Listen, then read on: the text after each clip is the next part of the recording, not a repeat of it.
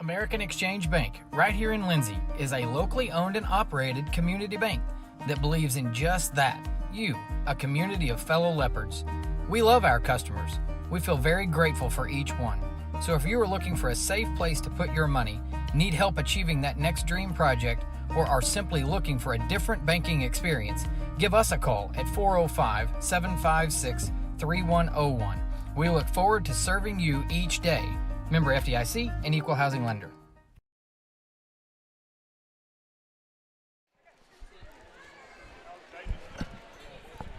Hey, good evening, everyone, and welcome to Leopard Arena here on a Monday night as we get set for basketball action to wrap up the regular season as the Leopards and Leopardettes get set to take on the Purcell Dragons and Lady Dragons. My name is Greg Peary. Glad you joined us here tonight. We're getting here early and get set up. It is senior night here in Lindsay, and so we'll have senior night festivities coming up here momentarily, but wanted to get on the air and kind of get set up and ready to go for that before that starts. So as soon as they are ready to start that, we will quickly jump to that. But this is, again, the last regular season game of the 24-25 season. The postseason starts this weekend, and we'll start with the girls playing district coming up on Friday night, and the girls only. It'll be one game here on Friday night. They will take on Crossings Christian for the district championship, and that will be here on Friday night, 6 o'clock, and that'll be the only game that night. The boys get a bye in district, and so they will not have to play until the regional tournament coming up a week from Thursday. That game will also be here at Leopard Arena at 7:30 Saturday night. And they'll have to take on the number one team in the state in the Millwood Falcons. Somehow the boys actually managed to get that draw, it seems like, every year. I went back and looked last year, the first round of the regional tournament, the boys had to play OCS, who was number one in the state, Class 3A. So the Leopards will have their work cut out for them as they get the district championship by a bye, but have to play Millwood coming up a week from Thursday. The Leopardettes hopefully will play the game right before that. We expect them to pick up a win coming up Friday night against Crossings Christian in their district championship game. So hopefully we'll have a couple of nights here at Leopard Arena, a couple of games here on a Thursday next week, the 21st, and then the following 2 days of regional will be at Hennessy, Oklahoma, and that's where the Leopards and Leopardettes will travel for Friday and Saturday of the regional tournament coming up a week from this coming Thursday and Friday. Watching here to make sure that I don't miss anything when they get ready to get underway here. But Leopards and Leopardettes, kind of a quick turnaround, had to play Pauls Valley over in Pauls Valley last Friday night. A couple of very, very close ball games. We'll talk more about those games as we finish senior night, get into the pregame before we play tonight. But the girls with a 2-point win and the boys with a 1-point win, and a couple of as Glenn and I described them, ugly games. Neither one of the teams played extremely well, but we'll see how the Leopards and Leopardettes bounce back from that on a quick turnaround to play on Monday night after having to play on Friday night down there at Pauls Valley. Purcell coming off of a game against Bridge Creek, and the boys won that game over there against Bridge Creek and beat them lost to Bridge Creek 64-67, lost that game by 3. The girls' game, I was actually talking to Coach Cater, Coach Dodd for the Leopardettes. I searched all day today to try to find a score of that Purcell Bridge Creek girls' game and could not find a score anywhere. Believe the Lady Dragons probably handily beat that Bridge Creek girls team, but again, I'll give you a score for that. Don't know that for a fact. But this Purcell team, again, on a quick turnaround. And this game originally scheduled for tomorrow night. Should have been over at Chickasha tonight for the Leopards and Leopardettes. But with the weather moving in tomorrow, decisions were made to move it to tonight and play this game since it is a conference game. Leopards and Leopardettes, at the last look, I think are in third place in the conference. On both sides of the ball. We'll double-check that maybe as we get through this evening, kind of figure out where the Leopards and Leopardettes will end up in the Canadian Valley Conference. But last mathematical calculations that I did, they were in third place on both sides. So Washington and Marlow boys were ahead of us on the boys' side, I believe, and on the girls' side, I think it was Washington and Purcell girls, I think, were ahead of us. I have to go back and try to remember that now. But we are just about ready to get underway. I want to send it over to PA announcer Doyle Gredeman, and here is your senior night festivities from Leopard Arena.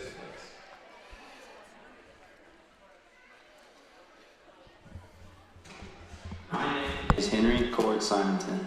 I'm the 18-year-old son of Sarah and Clint Simonton. I have two siblings, Owen and Charlie Simonton. I play golf at Lindsay, and I go to First Baptist Church. My future plans are to graduate VOTEC and to work a trade. My favorite memory is Newt crashing a motorcycle in the high school parking lot.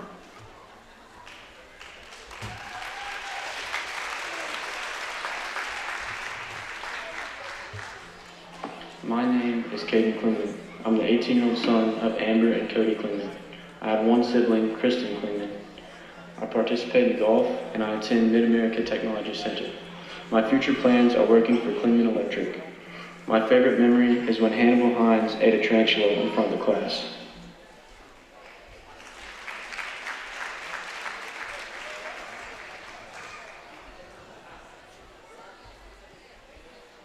My name is Kennedy Reese Smith. I am the 18-year-old daughter of Terry and Tabby Smith. I have one older brother, Tegan Smith. I am a member of the Lindsay golf team, FCCLA, the academic team, student council, NHS, and I am a member of the Maysville Church of Christ.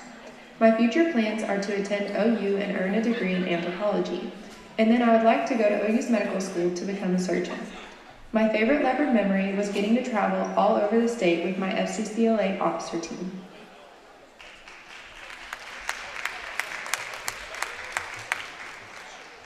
Hi, my name is Brian Ault. I'm the 17-year-old senior of Daryl and Tisha Ault. My one sibling is Dalton Parker. I'm the Leopardettes basketball manager. I play the clarinet in the Pride of Lindsay. I'm in Students Out Serving, NHS, co-leader of FCA, and attend First Baptist Church of Lindsay. My future plans will be attending Oklahoma Baptist University for an undergrad in biology, hopefully followed by OU Medical and OU Ortho residencies. My favorite Leopard memory is watching the girls whip the snot out of the Marlowe Outlaws.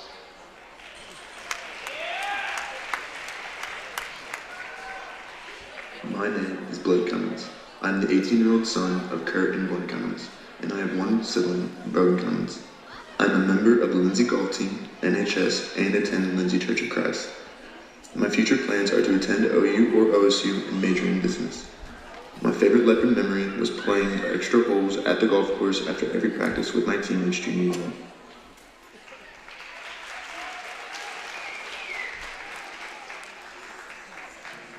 Hi, my name is JC Lou Martin. I am the 18-year-old senior of Todd and Julie Martin. My siblings are Jada Martin and Tristan Lackey. The sports I participate in are cheer and track. My school activities include being a member of student council, being a part of Students Out Serving, being in NHS, fellow Christian athletes, and I love attending church at First Baptist Church of Lindsay. My future plans are to make it to graduation and then next fall start school at OSU. My favorite Leopard memory, I'd have to say there are too many, but I'm so grateful for all the friends I've made along the way.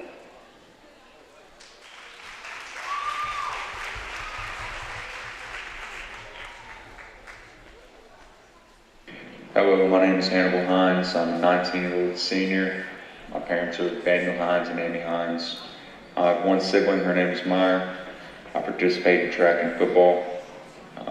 I'm a member of NHS. I attend New Beginnings Church in Blanchard. My future plans include going to get a degree in chemical engineering from OSU and commissioning as an officer in the Army. My favorite memory is going home to drink coffee with my mom during my concurrent hour and playing Guitar Hero with Tommy before football games.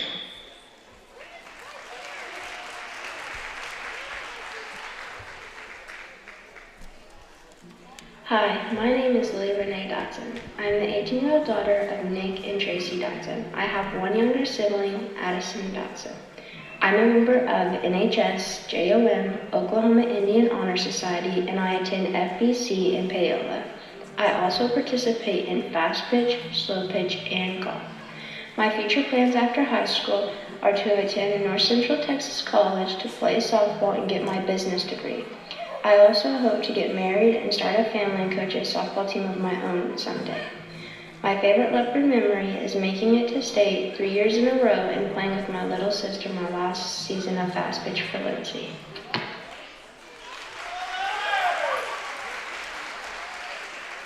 My name is Aiden Turner. I'm the 18-year-old son of Ken, Cassie, and Jessica Turner. My siblings are Kennedy Douglas and Jet Turner. I play golf and football. I am the vice president of my class and the president of the National Honor Society here at Lindsay. I attend Calvary Baptist Church. In the future, I plan to attend OU, where I'll get a degree in health and exercise sciences. One of my favorite Leopard memories is hitting golf balls with my dad after a golf tournament.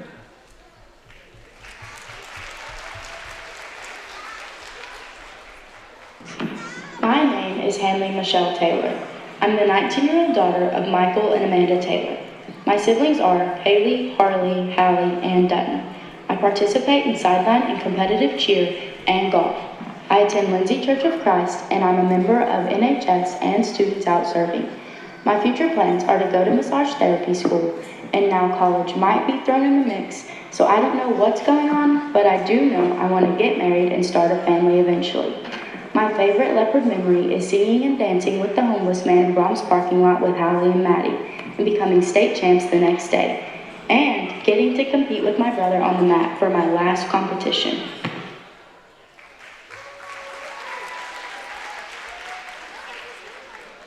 Hi, my name is Tessa Kate Inman, and I'm the 18-year-old daughter of John and Brooke Inman. I have one younger sister, Marley May. I'm currently serving as Oklahoma FCCLA state president, where I've had the opportunity to travel all over the state and nation with my incredible advisor, Miss Bray. I'm on the competitive and sideline cheer team, and I'm the senior class president, a yearbook editor, the Student Council, National Honor Society, and Fellowship of Christian Athletes media manager, a choir member, a Students Out Serving member, a dancer at Paul's Valley Dance Station, and a member of the Lindsay Church of Christ youth group. I'm not quite sure of my future plans, but I hope to either attend the United States Air Force Academy, the United States Military Academy at West Point, the University of Oklahoma, or Oklahoma State University. I hope to either become a broadcast meteorologist or a family and consumer sciences educator. However, I know I want to start a family and raise kids who love the Lord. My favorite Leopard memory is winning state with my best friends and having my mom as my coach and my dad as my principal, and watching Hallie fall off the pole ladder at the state track meet.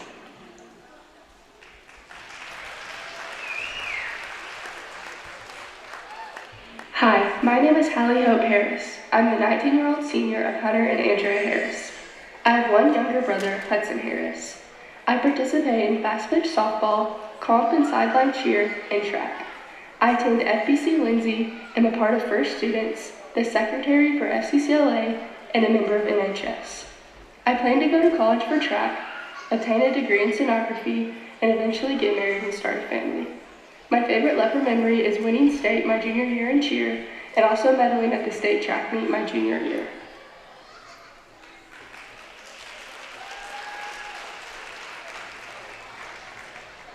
Hi, my name is Baron Jade Cruz.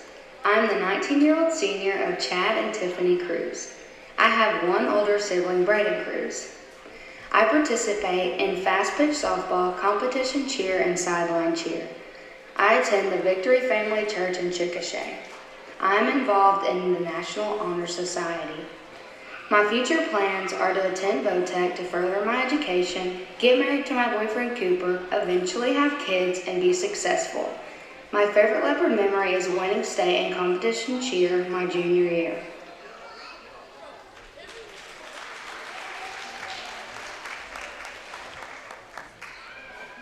Hi, my name is Leslie Wilmot. I'm the 18-year-old senior of Robbie and Jennifer Wilmot. I have two older brothers, Hunter and Frank.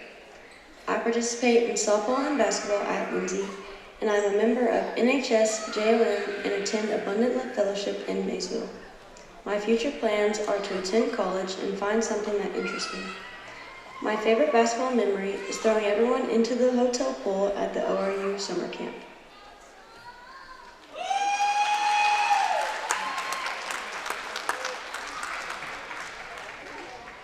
Hi, my name is Maddie Price. I'm the 18-year-old daughter of Amber Lawson Petty and Chad Price. My siblings are Carter Price and Braxton Petty. I participate in sideline and competitive cheer. I'm a member of the National Honor Society and the youth group of FBC Lindsay. I also participate in vocal. My future plans are to go to college and get my education in something I'm passionate about, and hopefully get married and build a family of my own. My favorite Leopard memory was the night before state junior year when me and Hanley danced with a homeless man in the Bronze parking lot.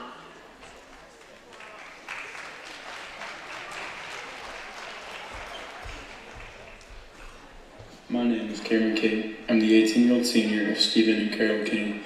My siblings are Matthew, Taylor, Ethan, and Jamie King. I participate in football and baseball. I'm a member of SOS and Banner Baptist Church.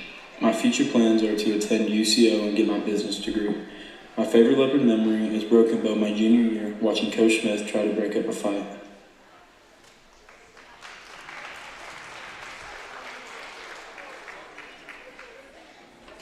Hi, my name is Natalie Stone. I'm an 18-year-old senior. I am the daughter to Amy and Casey Stone. My siblings are Kaylee and Emily.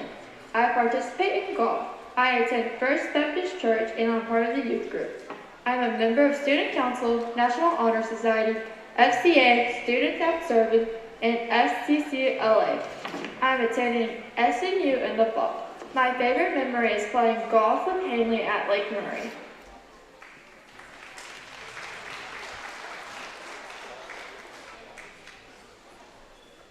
Hi, my name is Camden Russell.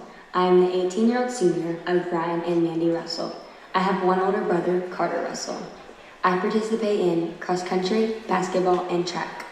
I'm a member of NHS and First Baptist Church of Lindsay. My future plans are to run cross country and track at SWASU and become a nurse. My favorite Leopard memory is making it to the second day of area my junior year and being in homecoming with my Sauce Queens.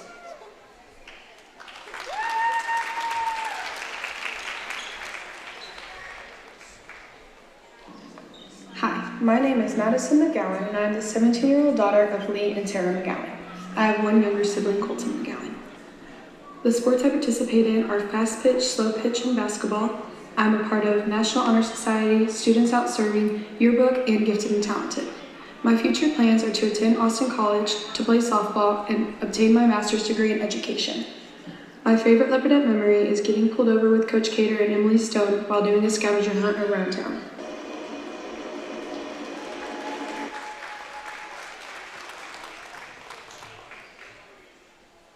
Hi, my name is Gentry Wilmot and I am the 17-year-old senior of Toby and Trisha Wilmot. I have two older brothers, Gabe and Ty Wilmot, and I participate in softball and basketball at Lindsay. I'm a member of NHS, JOM, and attend Abundant Love Fellowship in Maysville. My future plans are to go to college and to get a degree in the medical field. My favorite Leopard memory is going to state with some of my best friends.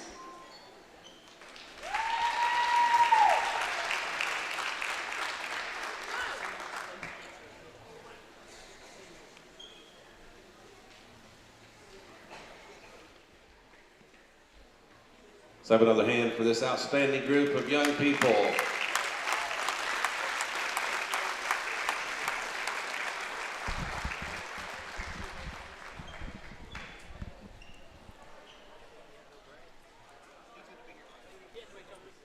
Well, there you have our 2024-25 senior class of, I think they had what, golf, cheer, basketball, some track in there, cross country maybe even. But congrats. There's a great bunch of kids out there representing Lindsay High School and wrapping up their senior year here at Leopard Arena for the regular season will be the Lindsay Leopardettes and the Lindsay Leopards. And So with that, I'm going to send it back up to JD. We will take a quick timeout, and we'll come back and start getting you set up and do a little pregame. Get ready for the girls' matchup between the Lindsay Leopardettes and the Purcell Lady Dragons. Coming up right after this on KBLP Live. Are you caring for an aging parent or other loved one at home? It's important to know you're not alone. Hi, this is Connie Upton with Abiding Home Health. The people we serve have a variety of needs, of acute illnesses to individuals who require health care assistance to live independently at home. Our goal is to make a difference in the short and long-term care of each patient. For more information, visit us online at abidinghomehealth.com. Abiding Home Health, creating personal, positive changes and transformations. For all your construction needs, give Brad Taylor a call with B&S Construction at 1-405-428-0039. B&S Construction specializes in concrete pads, sidewalks, and metal buildings of all sizes. Call Brad today for a free estimate. The crew at B&S Construction would like to wish the Leopards a safe and successful season. Go Lindsay! BC Factoring and Finance is a local, family-owned finance company. We assist small businesses with flexible and creative financing solutions to meet their cash flow needs. Call us to discuss ways we can help free up your time to focus on building your business. Visit us online at bcfactoring.com or give us a call at 405-259-2104. Go, Lindsay! Craving a taste of authentic Mexico right here in town? Head over to Casa 13. Order to go and settle in for all your Leopard action at home. Now serving breakfast Saturdays and Sundays. Come see us at 110 Southeast 4th Street. Go Leopards! This is Brandon Cottrell, pastor at Calvary Baptist Church. Just want to take a moment and invite you to come worship with us this Sunday. Classes begin at 9:30 and worship follows at 10:45. We have something for all ages each Wednesday night. Meals begin at 5:30 and Bible study follows at 6:30. We would love to have you come be a part of our worship. We're located 410 West Chickasaw. Come join us. Clements Insurance provides insurance coverage to best suit your needs. We offer auto, home, farm, life, and business policies. Come by 109 West Chickasaw or call 405-756-2253. Clements Insurance is carrying on the tradition to satisfy you. So come see me, Keith, or Beth. Go Lindsay! The City of Lindsay is a proud sponsor of LHS Athletics and Academics and wishes all Leopards and Leopardettes a healthy, happy, successful season. Lingman Incorporated is a proud supporter of the Lindsay community. We hope you'll keep us in mind for all your oilfield electrical needs. You can give us a call at 405-756-4773.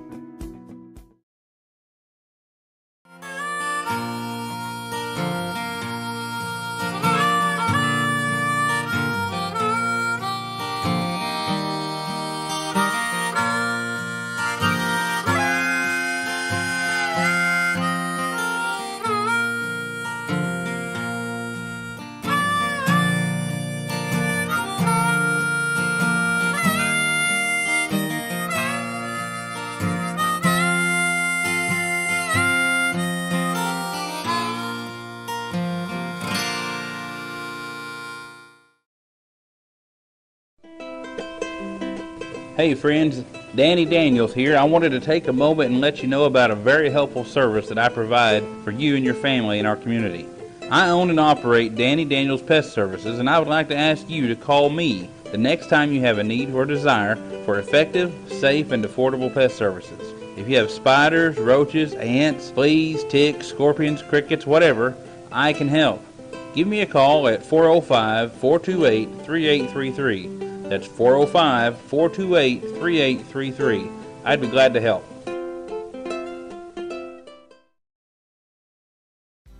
Whether you want to promote your business or unite your team, depend on Design It. Locally owned and operated, we are dedicated to offering the service you need to give you the results you deserve. We are committed to providing you with custom screen printing, embroidery, custom graphic designs, logo designs, and we have a creative arts department and an in-house artist who can take your idea and give it our professional touch with custom art services. Contact us today. Hey Leopard fans, this is Nick Johnson from First Baptist Church Lindsay.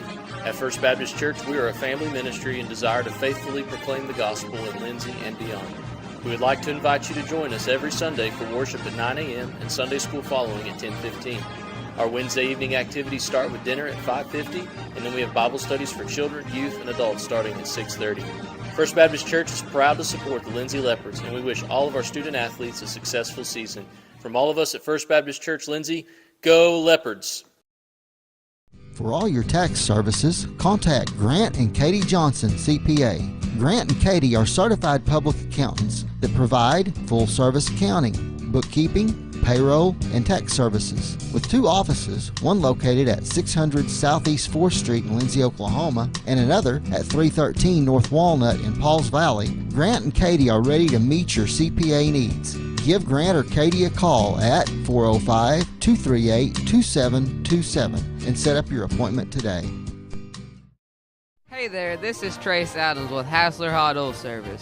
We are family owned and operated with over 25 years experience. I am a 4th generation Lindsay Leopard, and we proudly support Lindsay Leopards and Leopardettes athletically and academically in all their endeavors. Call my dad, Greg Adams, at 405-756-6075 for all of your hot oiler needs. Again, that's 405-756-6075.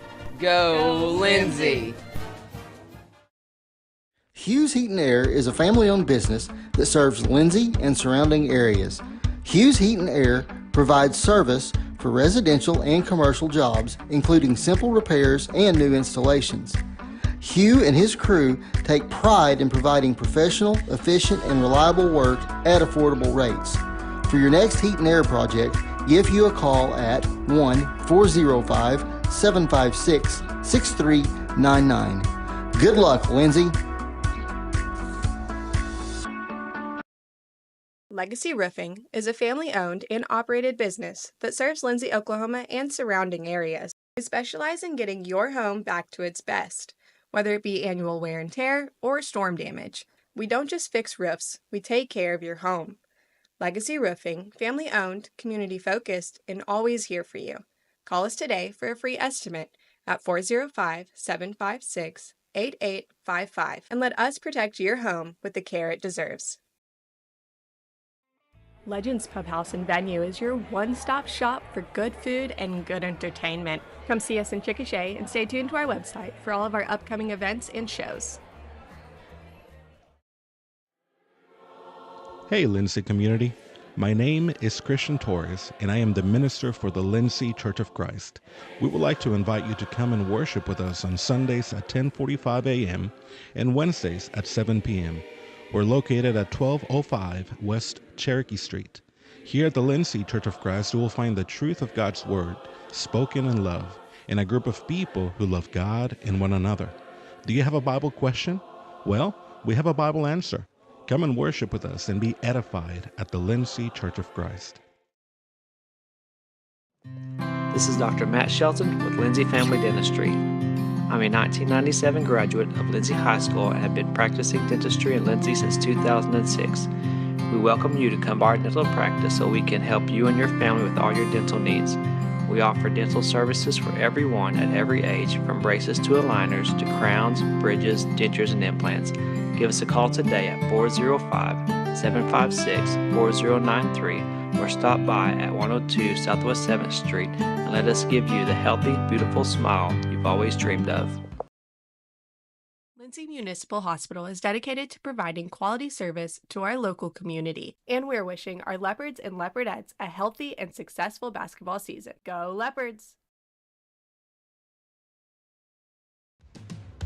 If you have a hankering for the best barbecue in South Central Oklahoma, then get yourself down to the Meat Locker Barbecue in Lindsay. Every Monday, Thursday, and Friday, located just off of Highway 19 at 106 Northwest 4th. At the Meat Locker, we work hard to bring you the most consistent, delicious, slow-smoked barbecue around at a price that won't break the bank.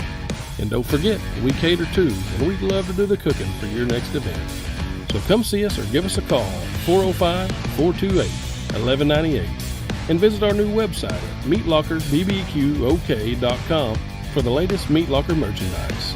We're proud to sponsor this broadcast of Lindsay Leopard Athletics and want to wish all the students, faculty, and staff a successful year.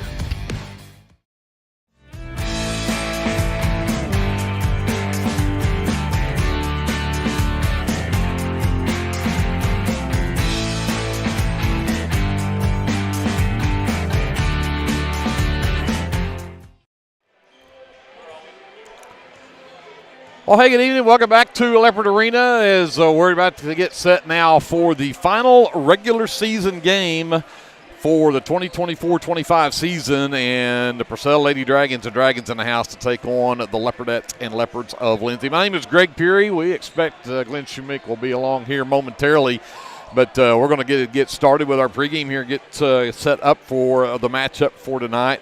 And we'll start by talking about Friday night's matchup, the Lindsay Leopards and Leopardettes on the road over at Pauls Valley. And a couple of extremely tight, close games and a couple of, again, what Glenn and I described as ugly games. The girls' game ended up in a 2-point win for the Leopardettes, 31-29, the final score of that ball game. But neither team shot extremely well. Pauls Valley shot only 27% from the field. The Leopardettes only shot 32% from the field. Pauls Valley did get up 8 more 2-point baskets than the Leopardettes did and made 2 more. But the Leopardettes were 2 for 9 from 3. Pauls Valley was 1 for 9 for 3 in that ball game. The difference in the game really came down to free throws, where the Leopardettes did well early in the game from the free throw line, but ended up the game 9 of 17 from the free throw line. They were 8 through 10 from the free throw line when you look through the first 3 quarters of the game, and then they went 1 for 7 from the charity stripe in the fourth quarter. And Maddie McGowan, who is usually automatic from the free throw line, went 1 for 5 in the fourth quarter, and then the other 2 free throws in that fourth quarter was Marisol Hernandez, and she was 0 for 2. But again, the Leopardettes just 1 for 7 from the free throw line in that fourth quarter. Leopardettes' biggest lead came back in the second quarter of that game, led by 8. Pauls Valley never led by more than 4, and that was in the third quarter. And with 3 minutes to go in the ball game, the Leopardettes had a 6-point lead at 29-23, and they saw Pauls Valley go on a 6-0 run and tie the game up with just 56 seconds left to go in the ball game. Cannon Russell ends up with the winning basket, scored on a layup with 15 seconds left, and the Leopardettes really got lucky because Maddie Fishback for Pauls Valley had a point-blank layup. I mean, wide open, right on the low post, left side, put it up too strong and missed that shot with 5 seconds left. That would have put us into overtime on that ball game. The Leopardettes come away with the rebound out of that miss from Fishback, and the Leopardettes sneak out of Pauls Valley with a 2-point win. 31-29, again, the final score in that ball game. Maddie McGowan led the way with the Leopardettes, and this will tell you how ugly it was. Only scored 31 points. Maddie leads the way with 8 points. Nobody in double figures for the Leopardettes. Again, she was 8 points, 5 rebounds, was 2 for 7 from the free throw line. Gentry Wilmot finished with 7. Cannon Russell also had 7. Gentry did have 5 boards on the night. Had 1 3-point basket, but she was 4 of 4 from the charity stripe. Helped out the Leopardettes there early in the game. And then Leslie Wilmot had 6 in the ball game, had 4 rebounds to go along with being 2 for 2 from the charity stripe. And then Hernandez, the smallest girl on the floor, led the way for the Leopardettes on the glass, had 6 rebounds against Pauls Valley the other night. She also had a 3-point basket. And, again, the Leopardettes get out with a 31-29 win, even though Taylor and Gutierrez both finished in double figures for Pauls Valley, 11 and 10 respectively. But the Leopardettes, again, pull off the win with 9 of 17 from the free throw line versus 4 of 6 for Pauls Valley. And, again, that really the difference in the ballgame. The Lindsay Leopards, we'll talk about their game here for the pregame here before we get to the boys' game in a little while. And, again, that one was a very, very tight ball game, 52-51. The final score, the Leopards come out with a 1-point win. And, again, Isaac Cameron, who this last probably 6-7 ball games for the Leopards has really come on as being a force in this game. You know, we've always had Creed Taylor and Brian Cater with the three-point baskets that have really been leading the way for the Leopards, but Cameron has really come on here late. He had 19 points in the ball game and finished 7 of 9 from the free throw line. In fact, he was 5 of 6 from the charity stripe in the fourth quarter, and 2 of 2 with just 13.9 seconds left in the ball game. He went 2 for 2 at the stripe to put the Leopards up by 1. And that was ended up being the game winner as Pauls Valley came down, had a couple of chances for a final shot, and Crew Flood actually blocked the shot of Jacob Medina with there at the end of the game and gave them the 1-point win at 52-51 as Pauls Valley could not get off the final shot. Leopards were +4 from the three-point line, and Pauls Valley was +9 from the 2-point line. And so if you add everything up, the Leopards were +4 from 3-point, so that gives them an extra 12. Pauls Valley's +9 from 2-point, gives them an extra 18. And the Leopards are +7 from the free throw line, as the Leopards were 13 of 16 from the free throw line. Best free throw shooting of the season for the Leopards. They finished 81% from the charity stripe.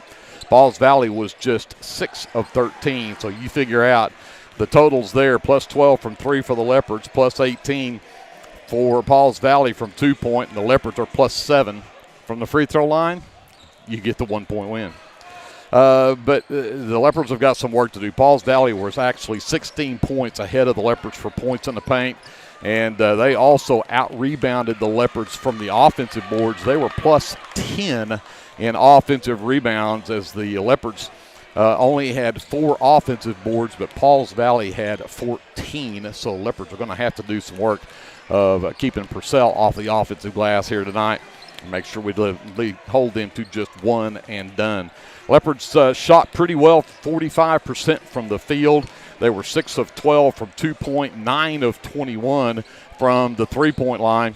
And Pauls Valley was 41% from the field. They shot an even 50% from 2-point and only 5 of 19 for 3. So they were only 26% from the 3-point line. Again, the three-pointer made the difference for the Leopards. Leopards led again by Cameron with 19 points on the night. He had 3 rebounds, but he also had 2 threes in the ball game, 7 of 9 from the free throw line. Creed Taylor finished with 15 points. Had 1 rebound, 4 threes in the game for Taylor, but was 3 for 3 from the free throw line. At the end of that third quarter, got fouled on the 3-point shot, went 3 for 3 from the line, and then started the fourth quarter. Taylor rolls an ankle, and he ended up out the rest of the game. And so Creed will not be in action tonight. They tell me the sprain is not as bad as we had thought it might be. And that, according to Coach Terry anyway, if we can get Creed to do what he's supposed to do, according to the trainer, that when the Leopards get to the regional tournament coming up a week from Thursday against Millwood, hopefully Creed will be back to 100%. That is our hope anyway. Yep. Caterian's up 12 points on the night. He had 4 rebounds, 3 threes, and then Crew Flood, along with a spectacular block shot on Jacob Medina to keep them from getting a final shot to take the lead from the Leopards there at the close of that game. Had 4 points, 2 boards. He was also 2 of 2 from the free throw line. And Gus Torres did not score in the game, but he had 9 boards on the night, so a big night on the glass from Gus Torres. Needed every one of those. Pauls Valley was led by Medina, who had 17 points, and then Maddox Prince had 14, and Brady Brown had 10 to lead the way for Pauls Valley. And again, the Leopards come out with the win in that one.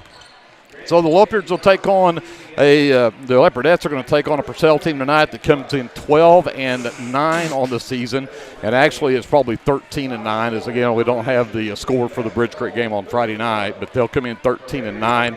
The Leopardettes coming in 17-6, and again finished the regular season rankings at number 10 on the season. Leopards will face a Purcell team that comes in 9-12 on the season, and the Leopards 15-8. Purcell boys coming off of that 3-point loss at Bridge Creek on a Friday night. They did pick up a win over Paul's Valley before that, but then they had lost 3 of their last 5, 4 of their last 6, if you want to go back that far. But here in the month of February, they are just 2-3 on the season. But they've got the weapons to kind of make anything happen whenever they do get ready for that. So that's kind of where we're at for tonight. Just about ready to get this one underway. Glenn has made it into the house, so yes. We'll send it back up to JD. Let's take a quick timeout. We'll come back and do more of your American Exchange Bank pregame show from Leopard Arena here in Lindsay right after this timeout on KBLP. American Exchange Bank, right here in Lindsay, is a locally owned and operated community bank that believes in just that, you, a community of fellow Leopards. We love our customers. We feel very grateful for each one. So if you are looking for a safe place to put your money, need help achieving that next dream project, or are simply looking for a different banking experience, give us a call at 405-756-3101. We look forward to serving you each day. Member FDIC and Equal Housing Lender. Are you struggling to find a health insurance plan that fits your needs as well as your budget? Let me, Matt Powers, a licensed insurance agent, help you navigate the insurance maze and find the best plan for you. Together, we'll search a variety of plans from nationally recognized carriers at no cost to you. We can talk over the phone or in person. Why stress or wonder if you're choosing the right plan when I can help you for free? Call today and let me help you.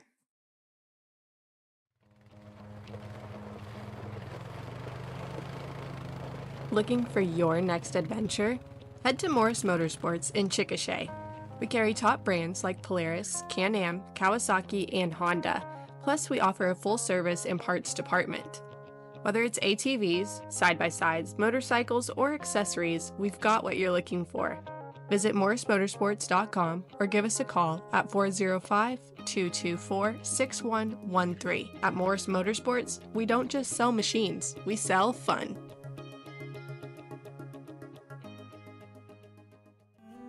Capturing all your special moments is such a blessing to me, from running down the ball field to walking down the aisle.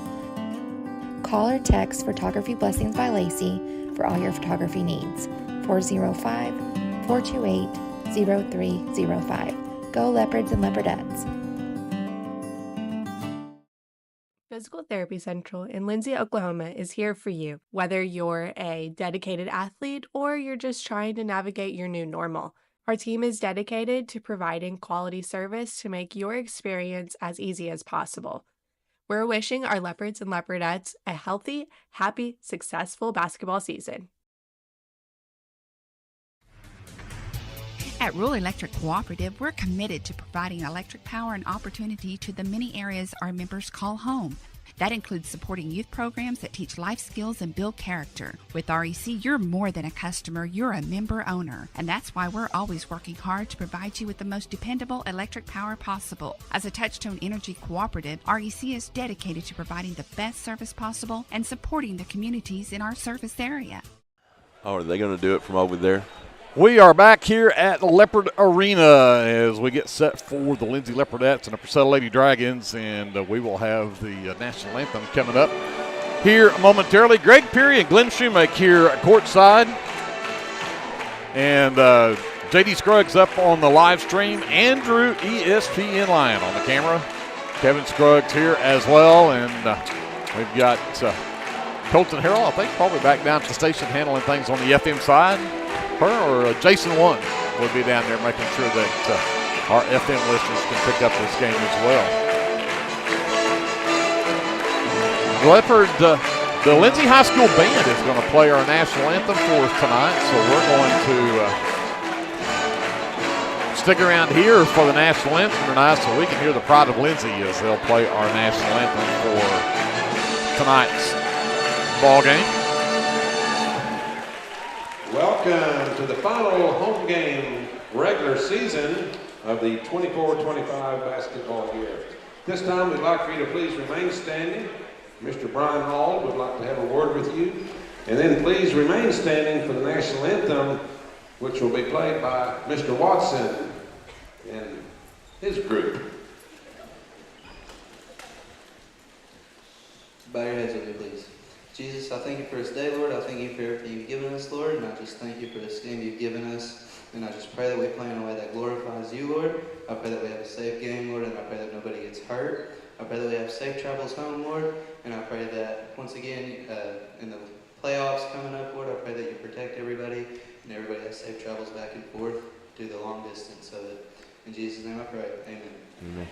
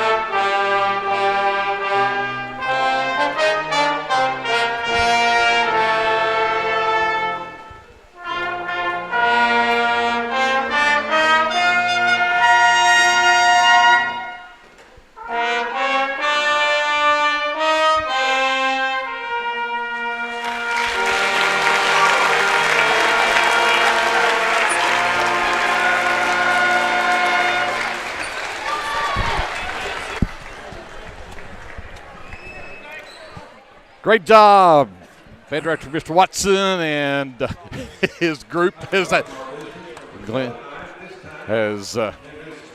he was introduced with the Pride of Lindsay Brass. And we may have to turn Andrew's mic back down. Thank you. Get to the starting lineups, and we'll start with the Purcell Lady Dragons. And they will start number 5. That is Kenneth Esparza, the 5'4" senior. Number 11, Haven Buchanan. She's a 5'7" senior. Number 12 is Tinley Winters, the 5'10" senior. Number 22 is Hannah Whitaker. She's a 5'10" senior, and round out the starting 5 with number 23, Hadley Hart, the 5'8" senior.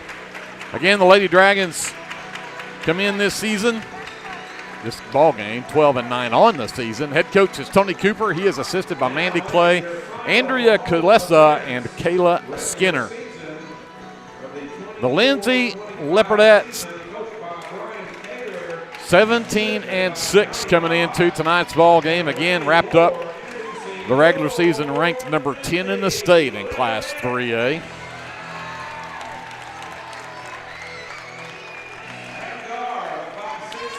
So at guard, we will start a 5'6" senior. That is the number 1, Gentry Wilmot. 5'10" senior, number 5, Maddie McGowan will start at the forward spot. Also at a forward spot, a 5'7" senior, Leslie Wilmot, number 10. At guard will be a 5'4" senior, number 22, Cannon Russell. At guard, a 5'5" senior, number 22, Cannon. And then we'll round out the starting 5 with a guard, a 5'1" sophomore, number 25, Marisol Hernandez. Mentioned the fact that Hernandez in that Pauls Valley game out-rebounded all the Leopardettes, had 6 on the night to lead the way on the glass for the Leopardettes against Pauls Valley. Yeah, and did an amazing job on Isabel Gutierrez. Absolutely. Locked her down. Yeah, and Isabel Gutierrez is a unbelievable ball player, and Marisol stayed right with her all night long, and I was talking to Cannon Russell's dad, and he was really happy that Marisol drew that assignment instead of Cannon. Instead of Cannon having to keep up with it? Yeah, but Cannon could have handled it too, I think. But head coach for the Leopardettes, Brian Cater, and I think I said Brian a while ago when I was talking about son Bryce Cater, talking about the Leopards. But Brian Cater is the coach of the Leopardettes. He is assisted by Johnny Dodd and Eleni Moore. And again, Leopardettes 17-6. These two teams met earlier in the year, and the Leopardettes pulled off or ended up with a 13-point loss to Purcell, 47-34 in that ball game. Maddie McGowan had 11. We'll see if they can reverse that here tonight as McGowan hits to the center circle, and it is controlled in the backcourt by Winters. Yeah, Purcell gets first look. Purcell, they just so tall. They've got an advantage on us everywhere. That was Haven Buchanan who tried to run her in the lane, but it was blocked out of bounds. It'll stay with the Lady Dragons. So Harp to inbound on the baseline, gets it back to Haven. The backdoor cut for Esparza that's covered up. Got it in the lane. Leslie Wilmot knocks the ball away from Tinley Winters. A jump ball, and the Leopardettes will have the possession there, and that'll be a turnover on the Lady Dragons. Yeah, great job right there by Gentry reaching in there. Tinley put it in front of her, and you don't want to do that to a Leopardette. Leopardettes break that zone press. Russell gets it in the right corner. McGowan inside, but Leslie too far underneath, knocks it off the bottom of the backboard, and Haven Buchanan will pull away the miss. Ahead to Harp. Harp into the lane. Jumper way off to the left. Pulled down by Leslie. Again, with traffic in the backcourt, now we've got numbers 3-on-3 at the other end. Gentry will pull it to the top of the key. Attacks the top of that. Nobody found Leslie Wilmot on the backside, and she was wide open. They found her for an easy one. Great find right there. Somebody missed their assignment, obviously. Harp up top to Whitaker. The handoff to Esparza. Dribbles right, gets the handoff to Haven Buchanan. Into the lane to Winters. Gets it back out in the corner. Hart for three. Off the front of the iron, no good. Offensive rebound. No, there is. Marisol. Again, Marisol Hernandez comes away with the miss. Yeah, great hustle from Marisol. She will bring the ball across. Right wing to Russell. Russell works it back up top. Now goes to the elbow to Gentry. Tried to get it out in the corner. Could never get a handle on the basketball. The Leopardettes with the turnover. Quickly the other way. Buchanan up top to Hart. Attacks to the right elbow. Sends it to Buchanan, who lost it going up, but it's off the Leopardettes. Yeah, I think that was Marisol blocked that. I think she was going to go up with her left hand, and I think that's 2 blocks Marisol's had. We'll take that for the smallest girl on the floor. Yep. Inbounds comes to Haven left wing. Gets it into the lane. Double team comes up. Shot was missed, but the offensive rebound and the putback from Tinley Winters ties the game at 2. 5:45 left here. Again, Leslie on the backside of that zone press. Let the girl fly by and puts it up and in. Leslie's got 4. The Leopardettes have a 4-2 lead. Purcell tries to go quickly into the lane. Batted out of there by Leslie. It'll be, Yeah. No, wait. They're going to. That is the right call. Coach Cater. Yeah, you got to really watch Esparza. Yeah. She's a little playmaker for him. Winters up top. Wanted to go inside again. Had him covered up. Esparza gets it back. Now does get it in the lane. Harp sends it back out on the right wing to Whitaker. Now Esparza directing traffic. Goes right, takes Gentry inside and tried to go across the lane to Harp. That is Winters out to Harp, and now the 3 from the left wing is an air ball from Whitaker. Gentry has the backside rebound. Yeah, great defense right now by the Leopardettes. They're pushing them out and not letting them have that inside game like they want. Short quarter Gentry back out to Russell. Catch fire 3 left wing. Yes. Bounced it off the front of the rim and in. Russell for 3. It's a 7-2 Leopardette lead. Harp Out to Esparza, drives into the free throw line, dumps it out left wing to Winters. Back out to Hart. Works right, dumps it out on the wing to Buchanan. Buchanan to the elbow. Now hesitates, drives down, and we're going to get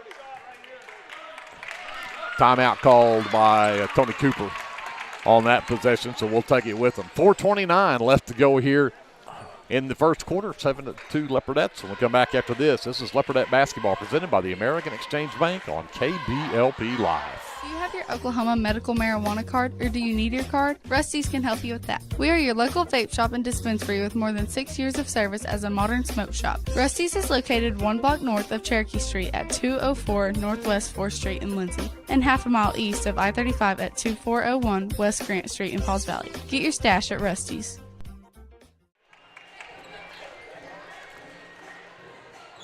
4:29 left to go here in the first quarter. It is 7-2 Leopardettes. But Purcell with basketball out of the timeout. Haven Buchanan on the baseline. Gets it out to Hart. Comes right back to Buchanan. Wanted the three. Gentry got right there. Knocked the ball away from Buchanan, but she comes back up with it. Winters into the lane. And the left-hander will not fall for Whitaker. And Leslie pulls down the miss. She's got some trouble in the backcourt. And we'll timeout called by Coach Cater to save that possession with 4:12 left. Keep it here for this timeout. The Leopardettes again play this game back on the 21st and saw 8 points from Hadley Harp in that ball game. But again, Purcell spread it so well. They've got so many weapons. They brought in Lily Del Toro off the bench. She had 7. Hannah Whitaker had 7. Had 6 from Tinley Winters, 6 from Haven Buchanan, 5 from Kenneth Esparza, 4 from Haley Buchanan, and 4 from Kaylee Peoples. Everybody that got in the game for Purcell scores. Yeah. They're very deep. Yeah, and they run their stuff really well and get what they want. Hopefully the Leopardettes can continue their pressure defense, the half-court defense that they're playing right now, because Purcell's really out of sync offensively. Again, full court press. Got it to Leslie in the middle. No, couldn't handle a pass. Leopardettes with the turnover. Esparza to Hart. Goes baseline all the way to the left side. Send it back out to Esparza, who tried to dump it down low. And again, they're going to say it was tipped by the Leopardettes. That one's I'm not sure about. Cameraman says that Marisol did touch that one, so the right call. Hart gets it out to Buchanan on the wing, and I think we're going to have a whistle and a foul on the Leopardettes. Gentry. Now he's going to call it because Coach Cater was griping because they put 2 hands on us down here and they weren't calling it. And then so the first chance he gets for a Leopardette to put 2 hands on him, then he calls it. First foul of the ball game. Whitaker on the handle, cannot get away. Comes back up top. Number 32 is Lily Del Toro that we talked about before, and Whitaker sends it back to Del Toro, and she'll get it back out to Esparza. Waits on the screen from Winters. Maddie comes out with the double team, forces Esparza way away from the basket. Buchanan trying to get away from Marisol, can't get it done. Marisol knocked the ball loose, turnover. Leopardettes come away with it. McGowan will give it to Russell, and she'll bring it across the timeline. Pass the ball, the ball. Leslie inside to the short corner for Gentry. Lob it inside. McGowan off the glass. Can't get it to go, but she'll get a couple of free throws out of it. Oh, my goodness. Brings back memories. Foul on number 12, Tinley Winters. Her first team foul on the Lady Dragons, but 2 free throws coming up for Maddie McGowan. First free throws of the game, and Maddie shoots an air ball. 3:05 left here in the first quarter. It is 7-2 Leopardettes.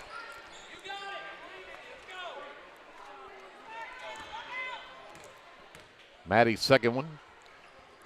That one rims out. Rebound by Del Toro.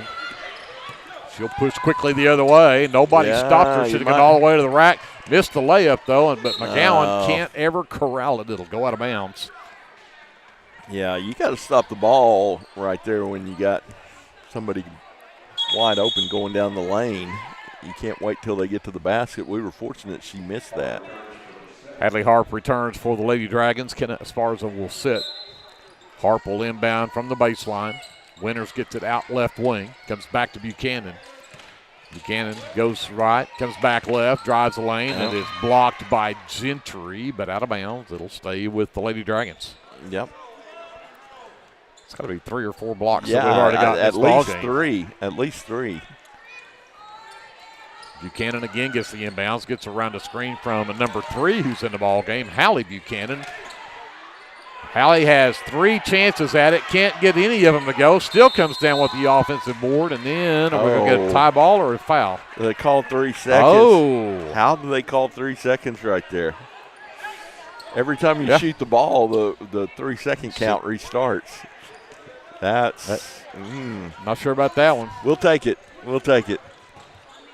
Hernandez, bad pass. Cannon can't handle it, and then Cannon with the great hustle strips it out of bounds off of Harp, but I think they're going to call a foul on Cannon Russell. That's her first, team second in the quarter, but Harp will go to the free throw line.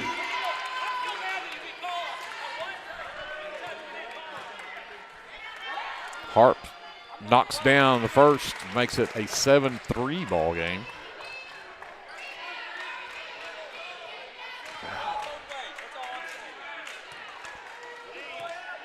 Second free throw from Harp on the way, and that one's off the back iron, but Hallie Buchanan,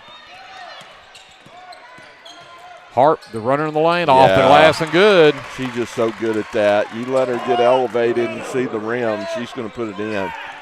7-5, it's a 2-point game.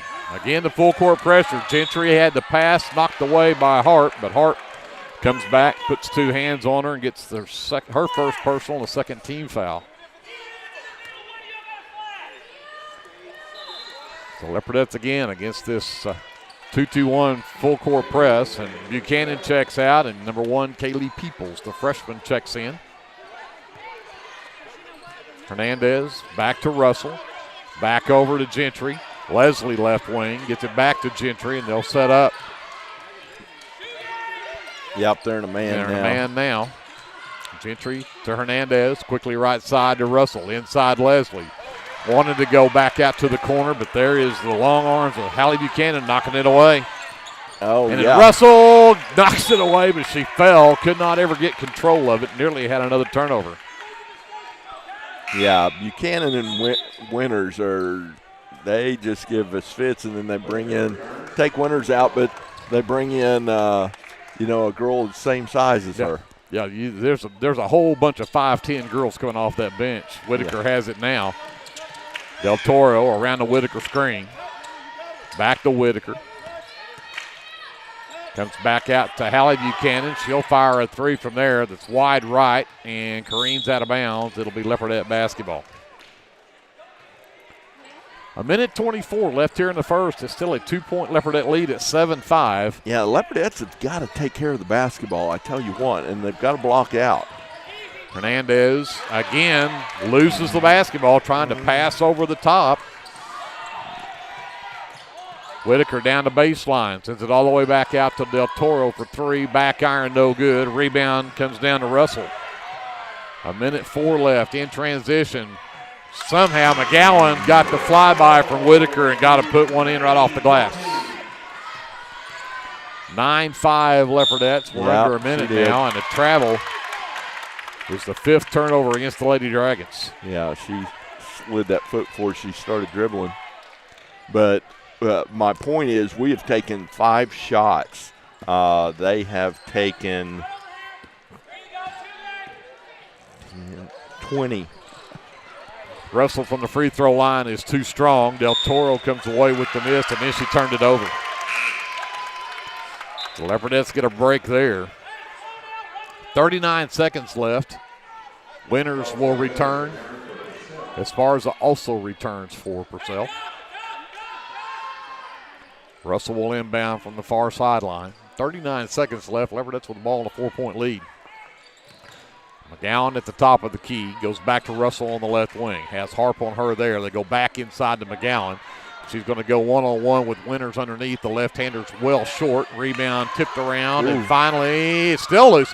Russell comes up with it. Got to the rack but couldn't finish. got her own miss, and that time she'll get the foul.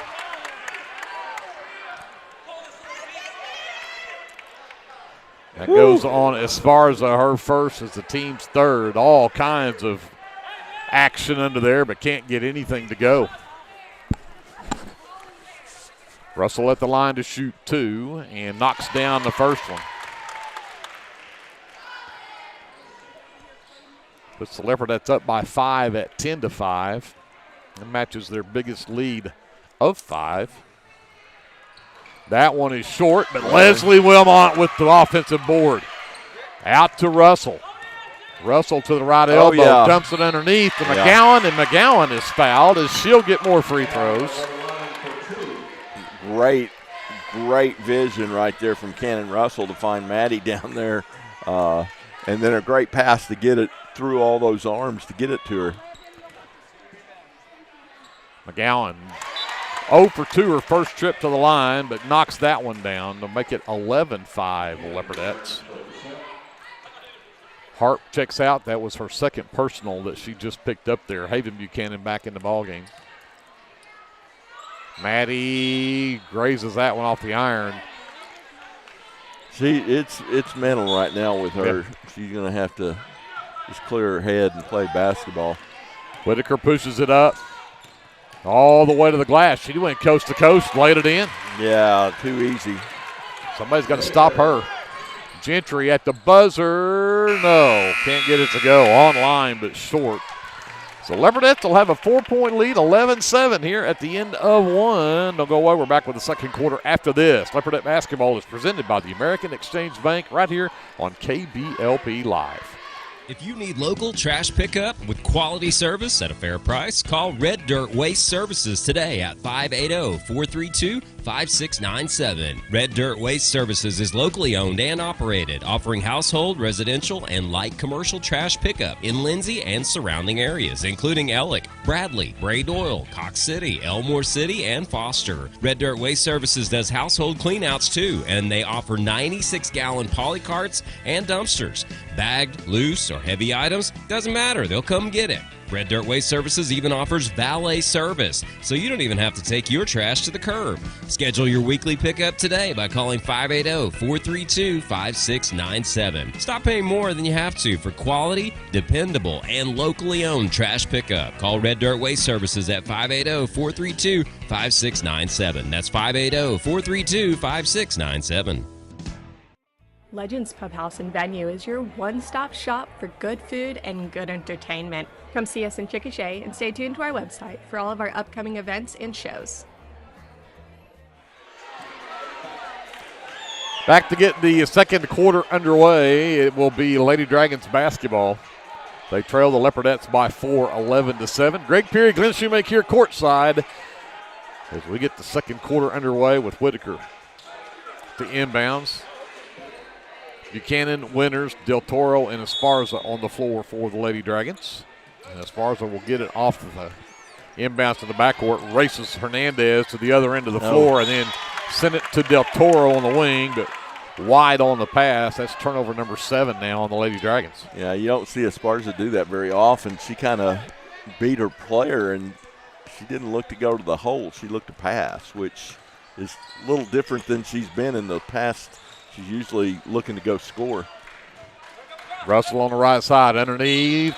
Got it to Leslie and got the push from behind from Hannah Whitaker. Hannah's first will be the team's first here in the second quarter, but Gentry on the baseline to inbound for the Leopardettes. Russell gets it in the right corner. Gentry on the wing. Oh, there it is. Looking at McGowan inside. Pass is too tall. That's turnover number 6 on the Leopardettes. Yeah, I need to throw that one toward the center of the lane. Whitaker right to the rack again. This time misses the layup, and Cannon Russell comes away with the miss.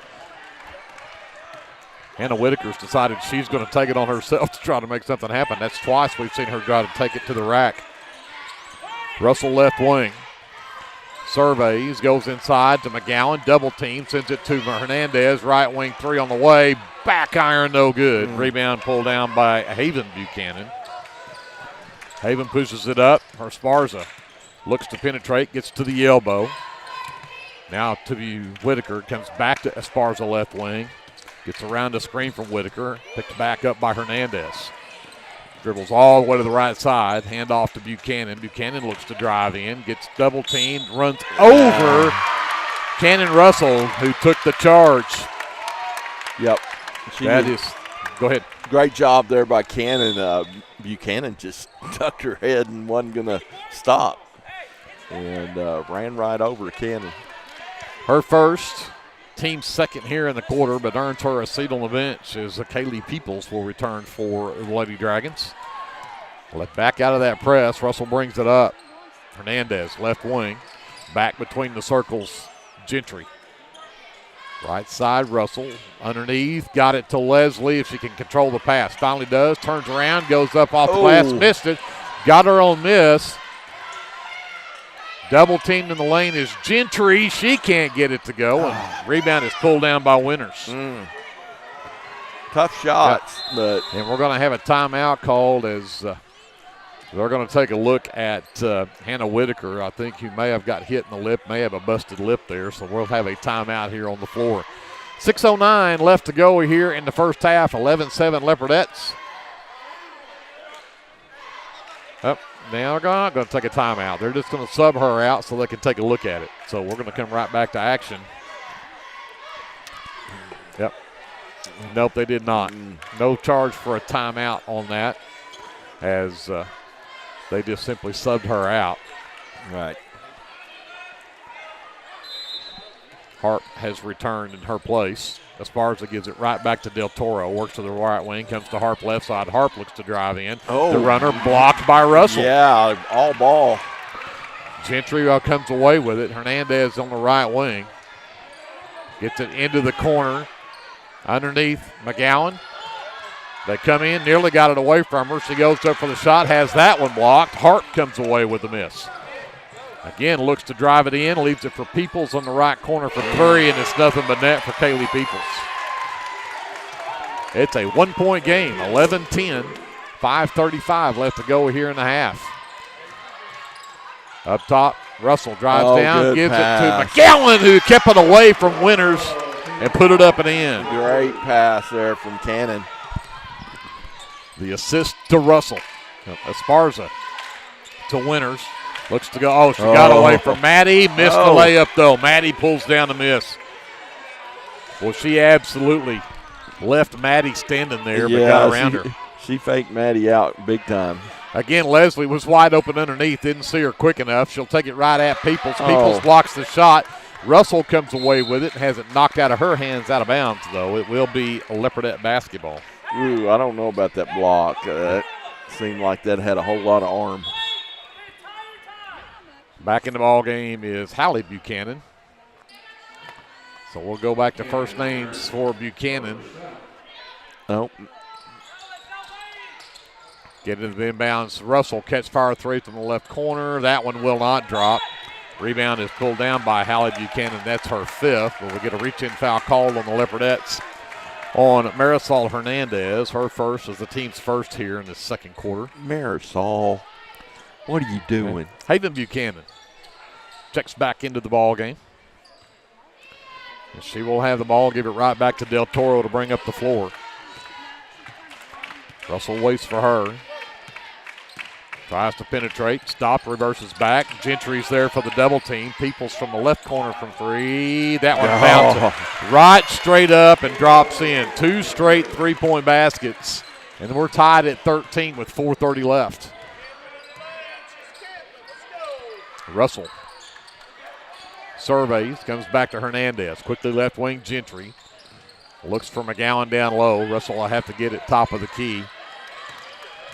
Now looks to drive in. A behind-the-back dribble. Gives it over in the left corner to Gentry. Yeah, Purcell's really turned up the heat on their defense. And the Leopardettes will turn it over as they get on the sideline over there, and bad pass forces Cannon to dribble it on the sideline. Yeah, they're a lot more active and up in us a lot now. Seventh turnover on the Leopardettes. Here comes Del Toro downhill, and she turned it over. Gentry away with the steal. Gentry's going to take it all the way to the rack, lays it up, can't get it to go, but she will draw free throws. And that foul, Purcell goes on number 5. Kenneth Esparza, her second, team's third in the quarter. And Gentry Wilmot, scoreless in the game, is going to head to the free throw line for the first time. Chance to break this 13-13 tie. And cannot get the roll on the first one. Doggies. Not shooting well from the free throw line. They're, 2 of 7 so far? Yep. See if Gentry can get this one to go. It will not drop either. Oh, my. Rebound for Haven Buchanan. Go the other way. Found Winters in the lane, blew the layup. McGowan pulls down to miss. It's Whitaker. Cannon. Oh, yeah. Got it in the lane to Leslie. Somehow got it up there with no foul call, but Haley Buchanan pulls down to miss. Peoples run off the three-point line that time and traveled with it. Yeah, that's why she's done that. Now we'll get Winters back in the ball game. Peoples will check out. 13-13, tie game, 3:34 left here in the second quarter. Leopardettes with the basketball. Marisol Hernandez, left wing. Yeah, look out there and see if there's somewhere we have a size advantage. I think we need to post up Cannon. I think she's the only one with a size advantage, and that's only by about an inch. McGowan surveys from the left wing. Leslie between the circles, comes back to Gentry on the right wing. Got it to McGowan right elbow. Double team, triple team, again gets tied up. Leopardettes have the possession arrow though. If that ball ever goes inside to McGowan, they will collapse everybody on her. She's going to either have to get rid of it just as soon as she catches it or go to the rack as soon as she catches it. Yeah, don't be dribbling and going nowhere. Right. Gentry to inbounds. All the way to Hernandez in the left corner. Back up top for McGowan. All kinds of contact right there. We're going to have a timeout called. Again, these officials are letting them play. Yeah, they're letting them body them up. They're not letting them push with two hands, but they're definitely letting them body them up. Take a timeout. We'll come back after this. Leopardette basketball is presented by the American Exchange Bank here on KBLP Live. S&H Tank Service is your choice for Lindsay owned and operated vacuum truck service. S&H Tank Service's fleet is equipped with transports, bobtails, pump and kill trucks rated up to 10,000 psi, plus hot oil units, rock trailers, frac tanks, mud and shell haul-off pits, and soil farming. As Lindsay High School graduates, S&H is proud to support Lindsay schools and all of their student activities. S&H Tank Service would like to wish the Leopards and Leopardettes the best of luck in everything they do. Give S&H a call anytime, 24/7 at 405-756-3121. That's 405-756-3121. And remember, your phone starts our trucks. That's S&H Tank Service of Lindsay. We've got 2:56 left in the first half. We are all tied up at 13. Leopardettes had led this game all the way up to this tie. See if they can do something with it here out of the timeout. Leslie has it left wing, back out between the circles for McGowan. Gentry comes out to get it high on this right side, waits for Cutters in the lane, and then again tries to pass over the top of that height. Ahead to Del Toro, and Cannon Russell's going to pick up the foul, trying to keep Del Toro from an easy one. She did. She kind of gave the referee a face, but she did make contact, cut across in front of her, but you can't. Oh, they didn't call it on the shot? Did not call it on the shot. Oh, Said wow. She was making a spin move at the time that she fouled her. The Leopardettes nearly come up with another turnover there as Hallie Buchanan nearly lost it. Whitaker out between the circles to Haven. Haven into the lane, takes it right at Leslie. Oh, yeah. Leslie blocks her shot. Gotta love it. Yeah, their coaches. You got to be kidding me. Gentry looking to go inside at Leslie. Can't get it there. Comes out to Hernandez instead. Hernandez out to Russell on the right wing. Back between the circles, Gentry. Quickly left side, Hernandez. Back to Russell. Now inside to the free throw line. Maddie dribbles the basketball, turns around, and gets tied up.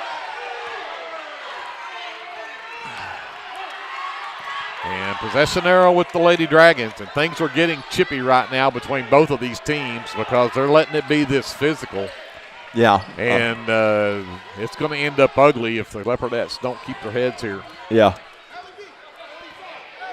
That goes as the 8th turnover on the Leopardettes. And Del Toro dribbles it off of her foot. Somehow managed to get it back. We ought to have a 10-second count coming up. Jump ball. Instead, we'll get a jump ball. The Leopardettes will get it back anyway. Great hustle from Marisol and Russell. Yeah, and then Leslie coming up there and getting in the middle of it too. So I love when they put on that half-court trap. I wish they'd let that girl cross half-court first, though, and then trap her. Gentry in the backcourt off the inbounds from Russell. She'll bring it across. Hands to Leslie. Leslie back to McGowan, top of the key. Gets it back to Russell. Russell, Del Toro picks her pocket. Hernandez will come back up with it, though, and calls a travel. She rolled over. Yeah, she had it, and she rolled over. When you roll over and you're on the ground, you can go to the ground. We have had this talk, but you can't roll over. You roll over, it is a travel. So they did call that correctly that time. Turnover number 9. Here comes Del Toro. Hernandez with the defense. Goes back to her left. Gets it out on the left wing. Hallie Buchanan into the lane. Tried to push off. Again, no whistle. Whitaker now looks to penetrate. Cut off there. Now back to Del Toro. Drives the left side of the lane. Traveled with it. Yeah. Turnover number 11. 1:09 left here in the first half. We're still tied at 13. Man, it is. This has been some kind of quarter here now. Yeah, I'm telling you what, both teams are laying it on the line and playing hard and playing tough and getting up in people. And a whole lot of defense and not a lot of scoring. Right. Leslie, top of the key, over to McGowan, who has a look at 3, and it's an air ball. Maddie has left 2 of her 3 throws that she's put up tonight have been well short. Yeah, we're 1 for 9 from the field this quarter. Wow. Yeah. Now they're only 2 for 7,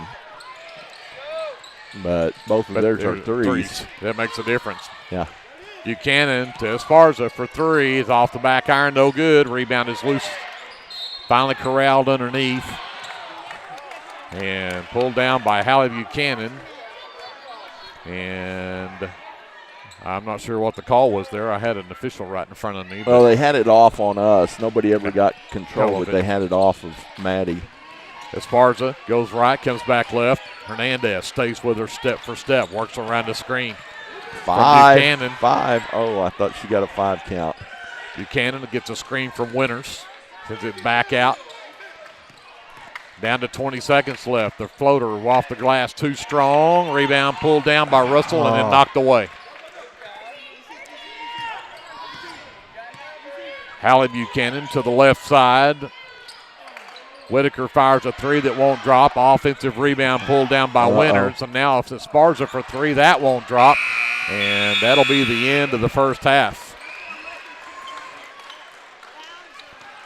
We are all tied at 13. That was only 2 points scored in that quarter by the Leopardettes and only 2 threes from Kaylee Peoples, the only scoring in that quarter from the Lady Dragons. But it is all tied up at 13 here at halftime. Send it back up to JD. We will take a timeout, and Glenn and I will figure out our officially unofficial stats from the first half. We'll be back with more of your American Exchange Bank halftime show from Leopard Arena right after this timeout on KBLP Live. The Shopper News Note isn't just another paper. The Shopper News Note is a weekly publication that arrives in your mailbox every Wednesday for free. The Shopper offers free Shopper Topper advertisements as well as news notes and classifieds. And everyone at the Shopper wishes the Lindsay Leopards good luck this season. Go Leopards! Sooner Valve Repair in Lindsay would like to wish the Lindsay Leopards and Leopardettes all the best during this season. When in need of a valve repair, come by Sooner Valve Repair at 106 Southwest 9th Street in Lindsay, Oklahoma, or call 405-756-1599. Good luck, Leopards, from Sooner Valve Repair in Lindsay. For all your oil-filled electrical needs, call Michael Sharrock with SOS Electrical. SOS is a family-owned business that specializes in oil-filled, industrial, and commercial electrical construction and maintenance. No job is too big, no job is too small. Give SOS a call at 1-405-428-1944 today. Good luck, Leopards! At South Central Medical and Resource Center, we strive to provide the highest level of medical care to the communities that we serve. It's our goal to foster and inspire a family atmosphere, and that doesn't just start in our waiting room. That's why South Central Medical and Resource Center is a proud sponsor of Lindsay Athletics and Academics. The team at Streamline Services contributes a great deal of their success to hard work, experience, and above all, a positive health and safety protocol. There is every reason they should be your next phone call for any of your oil and gas swabbing needs. Give Austin Smith a call today at 1-405-756-7763 to see how Streamline Services can help with your project while ensuring safety and professionalism without sacrificing quality work being done. Everyone at Streamline Services wishes the best of luck to everyone at Lindsay Public Schools this year. Go Leopards! Are you tired of doing laundry? Give Sunshine Suds a call and let them do it for you. Sunshine Suds will wash and fold your clothes, and they also offer dry cleaning. Sunshine Suds also does quilting and alterations. Load up that laundry basket and head to Sunshine Suds, located at 107 Southwest 2nd Street in Lindsay, Oklahoma, or give them a call at 405-756-2850. Tabor's Drug has been locally owned and operated for almost 60 years and has employed many leopards and leopardettes. We are very proud to be a supporter of our sports teams. At Tabor's Drug, your prescriptions are filled with care and accuracy, and our pharmacist is available for free consulting concerning your prescriptions bought at Tabor's. We also offer interpreters for our Spanish-speaking friends. We are a very friendly store that has that small town feel. You can reach us at 405-756-4511. Come and see us. American Exchange Bank, right here in Lindsay, is a locally owned and operated community bank that believes in just that, you, a community of fellow leopards. We love our customers. We feel very grateful for each one. So if you are looking for a safe place to put your money, need help achieving that next dream project, or are simply looking for a different banking experience, give us a call at 405-756-3101. We look forward to serving you each day. Member FDIC and Equal Housing Lender. Back here at halftime, your American Exchange Bank halftime show and your officially unofficial stats from the first half. Greg Peary, Glenn Shoemake here at halftime. They're all tied up between the Leopards and the Leopardettes and the Lady Dragons, 13-13. Our halftime score, Purcell being led by Kaylee Peoples, who came in off the bench. Stepped up in that second quarter, hit 2 threes. That was all the scoring they had in the second quarter, but she'll lead the scoring for the Lady Dragons with 6 points in the first half, 3 from Hadley Harp, 2 apiece from Anna Whitaker and Tinley Winters. That's all the scoring for the Lady Dragons, who went 1 of 2 from the free throw line. Both of those were shot by Hadley Harp. For the Leopardettes, there was one. They are led by Maddie McGowan with 5 here in the first half, 4 apiece from Leslie Wilmot and Cannon Russell, as the Leopardettes, again, only 3 scorers in the first half and not shooting well from the free throw line, 2 of 8 from the charity stripe. Cannon Russell had a 3-point basket there in that first quarter, but baskets have been hard to come by. We'll talk about the shooting numbers here in a minute, and you'll see just what we're talking about. Leopardettes end up -2 on the glass, out-rebounded 16-14, and Hallie Buchanan's got 7 rebounds in the first half, but 3 of those were offensive rebounds on her getting her own misses and putbacks, and didn't get any of them, and then ended up getting a 3-second call on standing in the lane too long coming up with all those. But, again, she has 7 rebounds in the first half. Purcell with 16 boards, the Leopardettes with 14.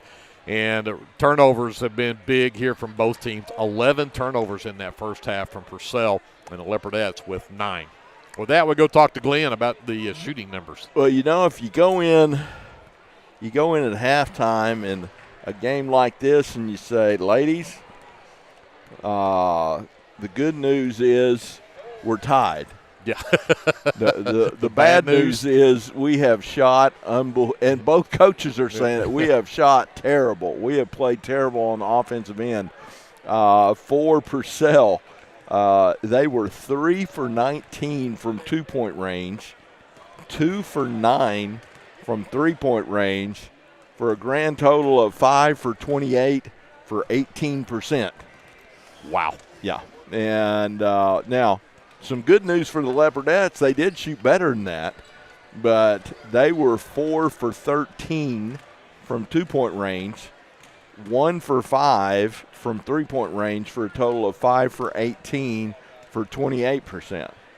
So Greg and I were talking off the air. It is really the product of both teams are capable of playing very tough, very physical defense, and that is matched up with a set of officials that are going to let them play very tough, very physical defense. So it's going to be a low-scoring game. This is definitely going to be one of those first 1 to 30 things. So free throws and three-point baskets are going to be at a premium because the defense is just so tough on both sides. But it does make for an entertaining game for an old defensive coach like me. I like it. I like it a lot. Well, fouls may become an issue in this second half. They're not bad yet. As far as Hadley Hart, both have 2 fouls apiece for Purcell. Ken and Russell, the only one with more than 1 foul for the Leopardettes, but they did call 7 fouls on Purcell in that first half, 4 on the Leopardettes. But again, this may come down to, depending on how these teams adjust to the officiating. Right. If you try to get more physical and see what you can get away with, and then all of a sudden they start calling it tight, who knows? But right. Well, you're definitely going to have to adjust if they do that, but they're letting them body them up and even push people with their body. We've seen that over and over on both sides. Even when players are going up to shoot, they're bodying them up, and so it makes it tough to score, and that's why we have a 13-13 game. Purcell with the basketball out of the timeout. That was your American Exchange Bank halftime show. We are back to action in the third quarter. Esparza has her pass tipped, but Winters comes away with it in the lane. Got it to Hart. Hart drives down, dumps it back over to Winters, who put it up and in. Yeah, good play right there. Hart playmaking. She is such a good player, and found Winters wide open. First lead of the game, by the way, for the Lady Dragons. Russell down the baseline from the right side, has her shot blocked underneath. Haven Buchanan comes away with the rebound. In transition, here comes Haven, makes it back up and in, and a quick 4-0 run is going to force Coach Cater to call a timeout here as Purcell has come out and taken the lead and gone up by 4, 17-13 here early in this third quarter. Let's take a quick timeout with him. We'll come back to Leopard Arena after this. This is Leopard basketball presented by the American Exchange Bank here on KBLP Live. T&W Tire is a family-owned, full-service commercial tire company. As a leader in auto repair, T&W is more than just tires. Our highly qualified mechanics can get you back on the road no matter what you drive. We also specialize in serving the tire needs of commercial fleets, oil and gas, construction equipment, and a variety of industrial applications. So for your automotive needs, look no further than T&W Tire, located at 410 Southeast 4th in Lindsay, Oklahoma, or look up one of our many locations on tnwtire.com. El Unico Taco Truck is ready to curb your hunger. The traveling taco truck has locations in Lindsay and Blanchard and is available for catering services. You can contact El Unico to book your next event at 405-760-0821. El Unico enjoys supporting all of our Leopards with their Taco Tuesdays. Reach out to El Unico for your next event. Back to start back here in this second quarter or second half. Leopardettes saw Purcell going a quick 4-0 run. Let's see if they can get things under control here. Again, Purcell comes out now in a 1-3-1 full court. Gentry will get across the timeline, gets around the screen from McGowan. Oh, you got McGowan on Hart down there. Looked at, but couldn't get it to her. Now Russell will get it. She'll work back out between the circles. Comes left. Oh, they switch back. Now Winters is back on her. Russell around the McGowan screen, gets to the elbow right side. Now found McGowan on the dive, but blew the layup. Can't get her own miss. Winters will pull it away. Oh, Maddie, bless your heart. And quickly the other way, Whitaker lost the ball going up, managed to hang on to it long enough for Esparza to get it. Her three from the right wing is off the mark. Cannon Russell's fifth rebound comes down with it. Yeah, we're lucky we got away with that because Esparza is an excellent three-point shooter. Gentry right wing, waiting for somebody to cut through. Finally, McGowan comes up top of the key, gets it to Russell on the left wing. Hernandez between the rings, back to Gentry right wing. Again, looking, trying to go down to McGowan, but Winters has her fronted, can't get it to her. Don't do it. Don't do it. Comes back out top. I'd like to see Maddie come back up top, get a little high-low with Gentry. Yeah, she stepped I started saying outside. lucked out there because that pass was intercepted, but out of bounds. The Leopardettes get it back. 5:54 left here in the third. The Leopardettes down by 4 now. Again, as Purcell took their first lead of the game at 15-13 with their first basket here in this quarter. Gentry gets it in. Leslie in the right corner. Gentry will bring it out to the wing on the right side. Now dribbles back up toward the top. Back to Russell, right wing. Inside Leslie. Turns around on Whitaker. Can't get the shot, but Whitaker will draw the foul. That'll be number 2 on Hannah Whitaker. First foul here in this third quarter, and Leslie Wilmot will go to the free throw line for 2. Well, I like that play. They're making a concerted effort to go inside, and got Leslie in there, and she is very athletic and got some good post moves, and she's either going to score or get fouled. I just going to say, that's the whole thing is when you get into that position, you're either going to score or you're going to force them to foul you, and I think Leslie's that tough player that can make something like that happen. Yep. She misses the second free throw after knocking down the first. Haven Buchanan pulls down her 5th board. Esparza right wing. The dribbles up top, the dribble hand off to Haven Buchanan. Back out to Esparza between the circles. Hart looks to drive in, steps through, traveled with it. Yeah, Harp, she, I remember watching her last year, and she's still, I don't want people to take this the wrong way, but she plays like a boy. She very athletic. Yeah, and very aggressive. Yeah. And Leopardettes break the press. Russell will have it out between the circles. She directs traffic, works over to that right side, now comes back left.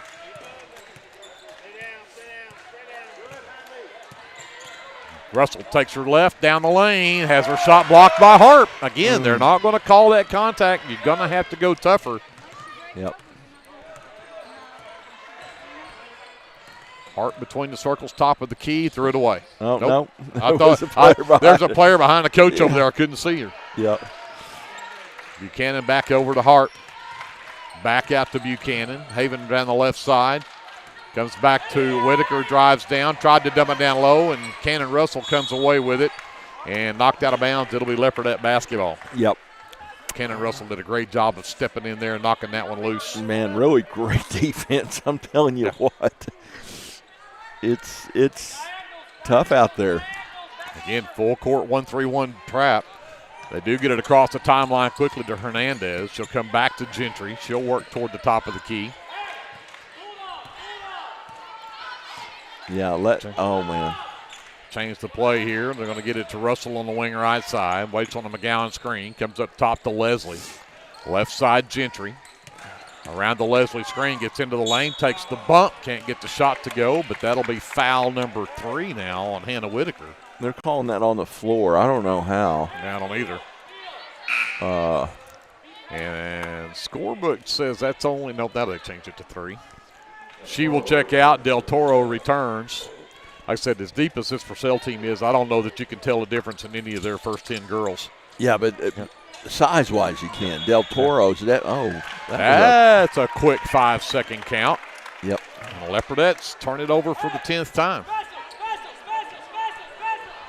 Specials where we trap. We're going to trap. Let them cross, though. Let her cross. Let her cross. Don't go. That's what's happening. Del Toro to the top of the key. Free throw line, Harp all the way into the right corner. Catch fire three is short. Rebound is tipped. Del Toro can't get that one to go, but got her own miss. Esparza in the lane. The floater is up and good. It is a 6-1 run to start this third quarter. And in transition, the Leopardettes break the press. Got Leslie at the end of the easy layup. And there he is, the floater in the lane that will not go, and then Hart comes with the offensive board and the putback. Yeah, you're going to have to stop that run when they take off like that. It's too easy. Make them play defense make them run offense against your defense. McGowan inside, turns around, got Winters in the air, missed the shot, and then fouled trying to come back for the rebound. Actually, they called the foul on Leslie. That's Leslie's first. It's only the first foul on the Leopardettes in this quarter. And Coach Cater is going to send in number 45, Alondra Lopez, the 5'9 junior. Maddie will check out of the game. 3:06 left. It is 21-16, Purcell by 5. This was a tie game at 13 at halftime. 3 minutes left to go here. Esparza drives all the way down, throws it back out to Hart, and Hart traveled with it. Yep. The ball fake and the drive, and that'll be turnover number 14 now on the Lady Dragons. Again, that full court pressure. Gentry gets it, and they're going to back out of this, and Russell will bring it up. Hart chases from behind. Comes back to Gentry between the circles. Works right. Now comes back around to Lopez screen. And wanted to go back to Russell, and that one's one you just got to eat. They'll flip it to Harp, and she'll get an easy one in the lane, but missed it. Missed it. But got her own miss. Winters drives down, dumps it in the corner, 3-ball on the way, front rim no good from Peoples. Gentry with the miss for the Leopardettes and gets fouled trying to drive down the sideline on the far side. And Lady Dragon foul comes on number 23, Hadley Harp. That's her third team foul. And I mentioned fouls could become an issue. You've got Whitaker and Harp, two starters with 3 apiece now. Yep. Haven Buchanan back in.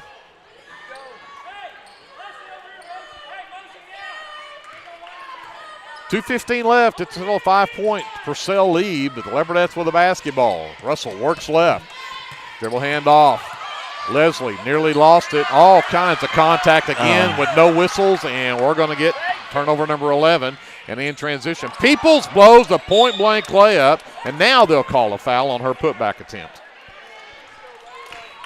Again, Leslie just absolutely mugged out there, and they don't get the call, but then Leslie gets hit with her second personal. And Kaylee Peoples will head to the line for just the second trip to the free throw line tonight for Purcell. And front one is short, no good. 1:58 left here in the third quarter. 21-16, Purcell by 5. Second one from Peoples on the way. That one's good. She's got 7 in the ball game. 6-point Purcell lead, their biggest of the game. Russell to Gentry right side.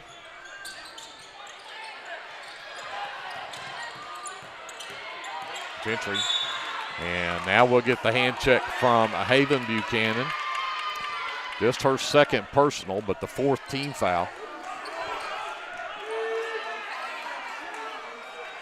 So Leopardettes with the ball in the backcourt is Russell. Works across the timeline, waits on a Lopez screen, goes away from it. Hand off to Gentry. Looking at Lopez inside, but they've got her covered up. Now comes and sets the screen for Russell. Russell again should have gone back to her quicker, didn't get there. Hernandez, top of the key, dribbles down, gives it right wing to Gentry. Now Leslie, the spin move in the lane on Peoples, takes it all the way down, turns around, goes for a right hand, has a shot blocked. Russell had it momentarily, but got it to Esparza, came away with it. And then in transition, there will be a foul at the other end as Winters was headed down in transition. We'll get a foul called on the Leopardettes on Leslie Wilmot. That's Leslie's third. In fact, she's got all three of the Leopardette fouls here in this third quarter. And that will get to Jolie McReynolds in the game for the first time tonight, the 5'9" junior.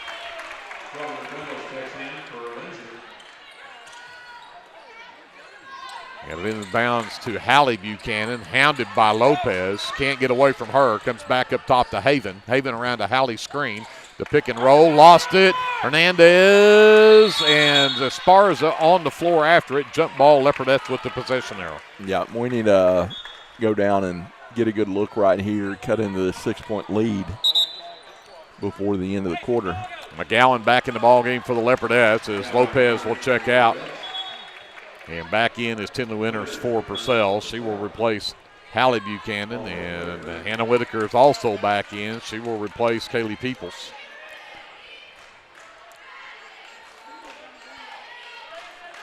Full court pressure here again from Purcell. Man pressure this time, though. Gentry, the inbounds to Russell, got a 2-on-1 break, got it to McGowan, but not a great pass. She doesn't have a chance to look at it. Now dead in the corner, needs some help. And a 5-second count. 12 turnovers on the Leopardettes, and now with 46 seconds left, Purcell has the ball back with a 6-point lead. Yeah, not good.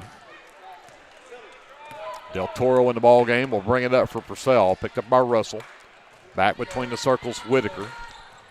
Haven Buchanan around the Whitaker screen. Picked up by McReynolds. Gets it over to Winters out on the wing. Back to Haven.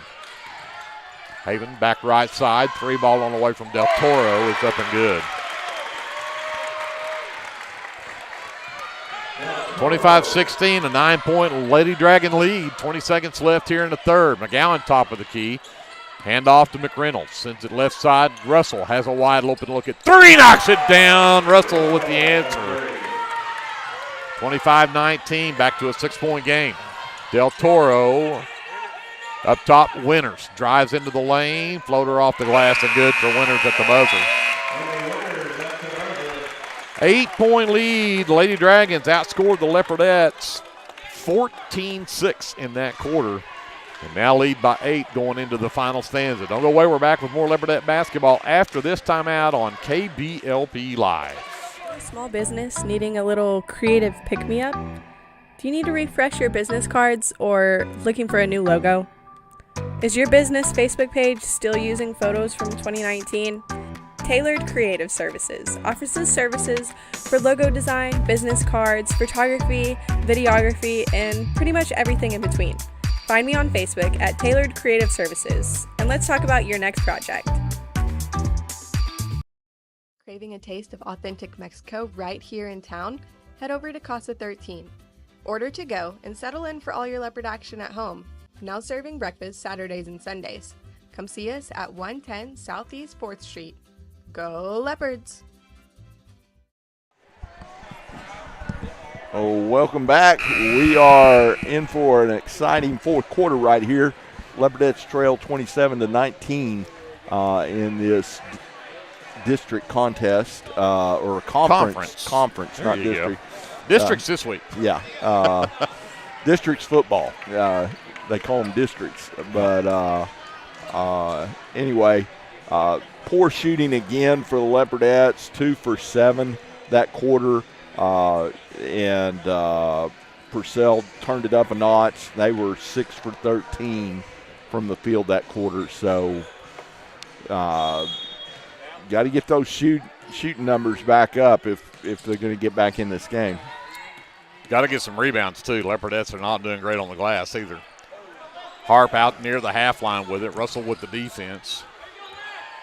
Goes right, takes it all the way to the baseline. Triple team. Somehow got that shot up and in. That was a tough shot against 3 Leopardettes. Yeah, just jumped up, elevated, and bumped it off the glass. 10-point Lady Dragon lead, 29-19. Inside to McGowan. Winters turns around. McGowan off the glass, left it short. Can't come up with her own miss. Winters does, however. In transition, Winters all the way to Haven Buchanan. Left corner three on the way is an air ball. McReynolds with the miss backside. Here comes Hernandez racing up the floor. So give it to Russell to set the offense up. Leopardettes with some work to do here, down by 10. And points have been hard to come by.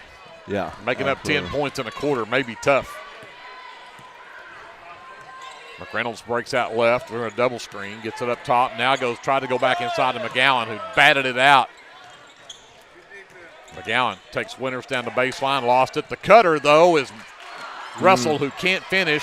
Got her own miss. Takes it right back to the rack. Still can't get it to drop, but takes a shot to the nose.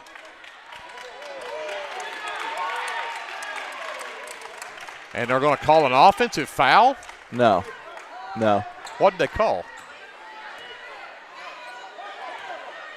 What did they call?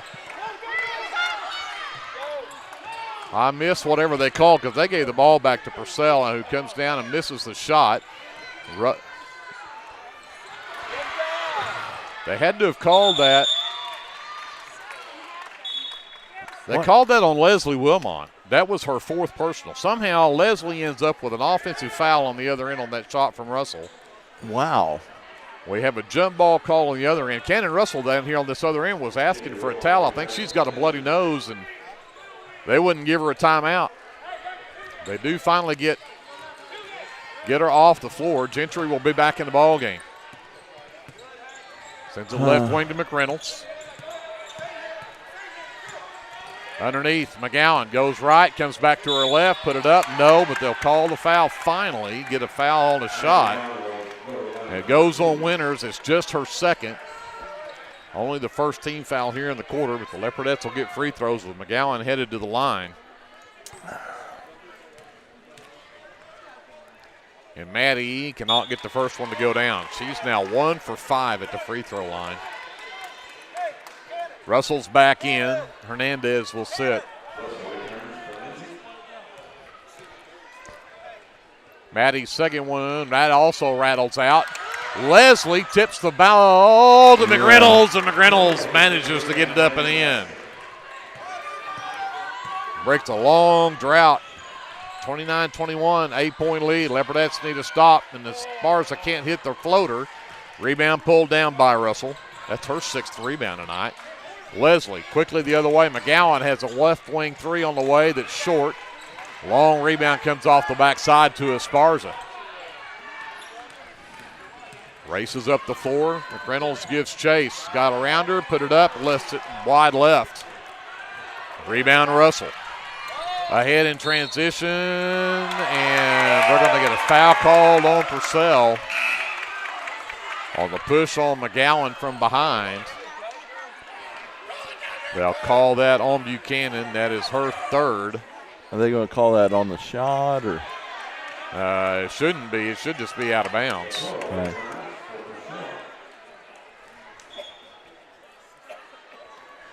They're looking for the one that says GB. Yeah.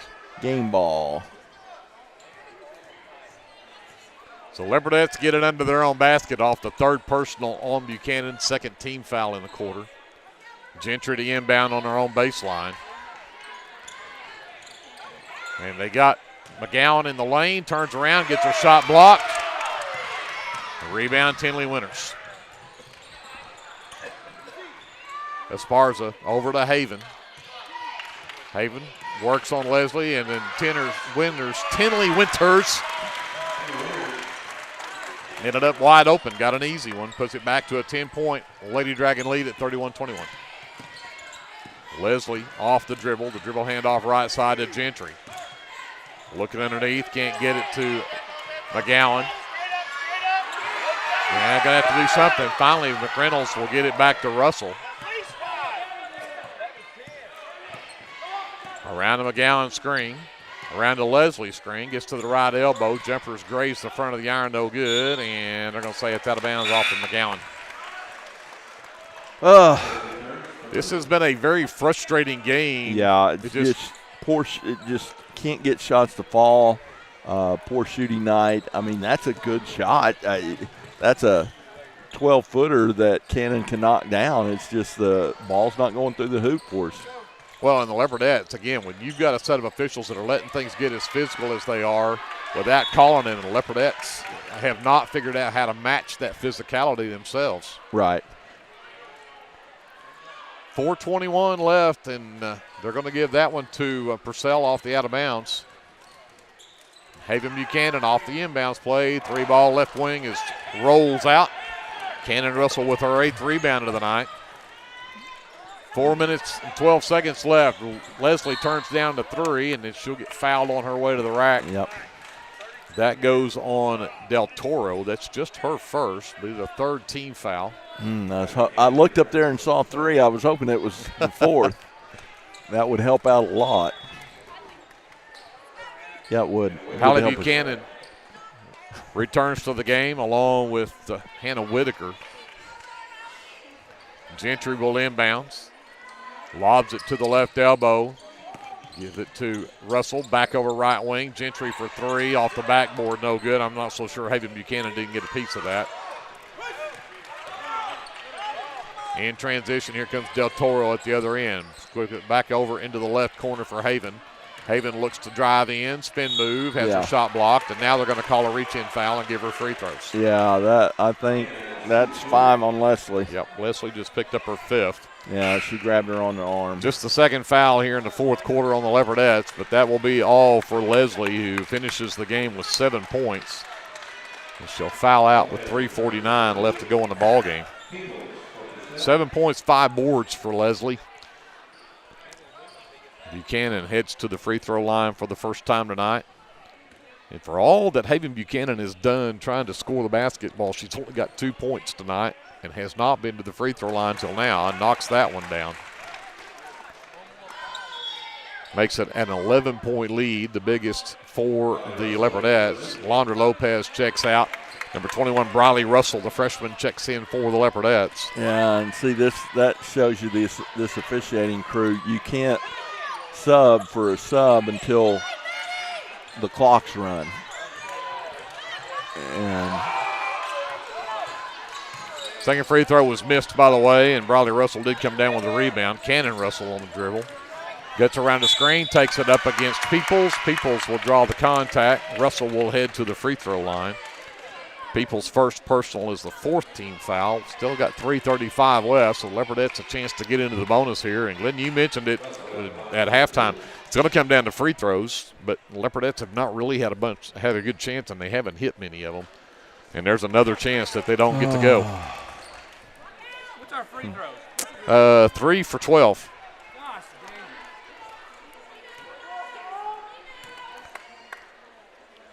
Cannon's second one on the way. Misses that one, but Riley Russell with an offensive board.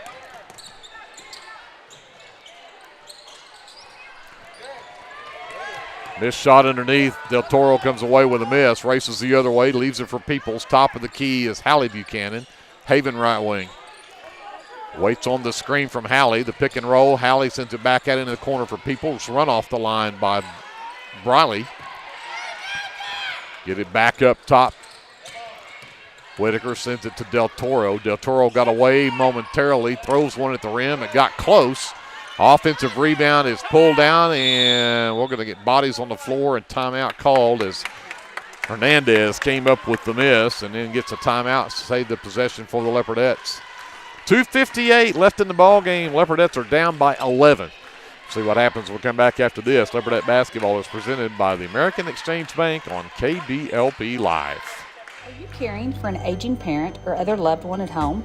It's important to know you're not alone. Hi, this is Connie Upton with Abiding Home Health.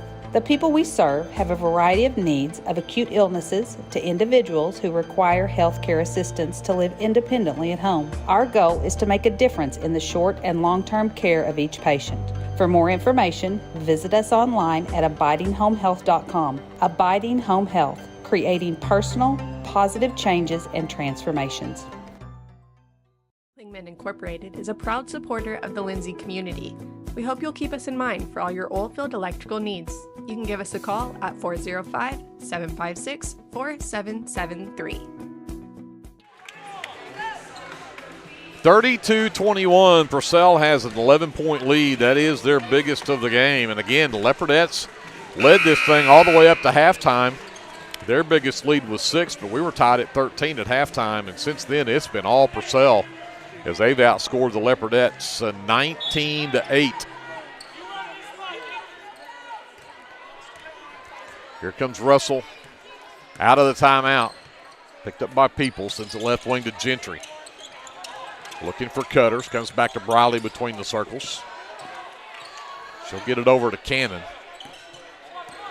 Cannon dances, looks, got Hernandez off the screen, up and in! Nice play, got Hernandez with the basket underneath. Yeah, great job of scoring, but, man, we need to see if we can score a little faster.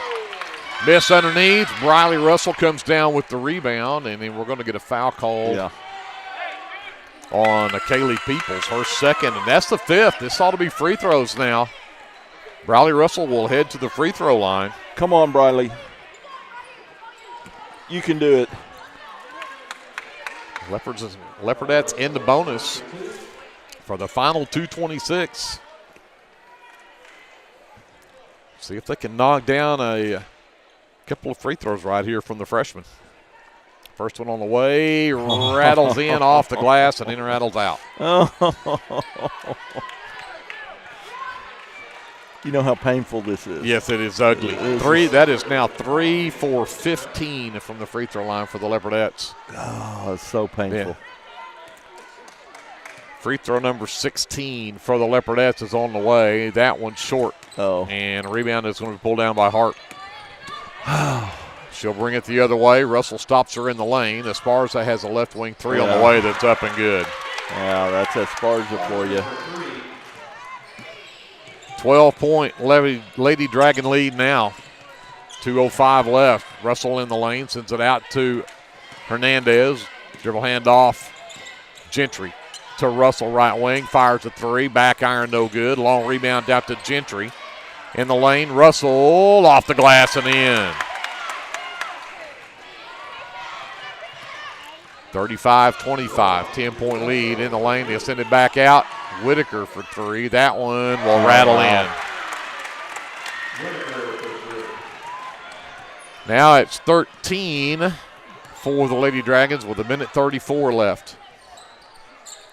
Russell to try to answer from the right wing. It's an air ball. Briley tries to save it, but it's out of bounds. 14 turnovers for the Leopardettes in the ball game. And with 1:27 left, this one's going to slip away from the Leopardettes.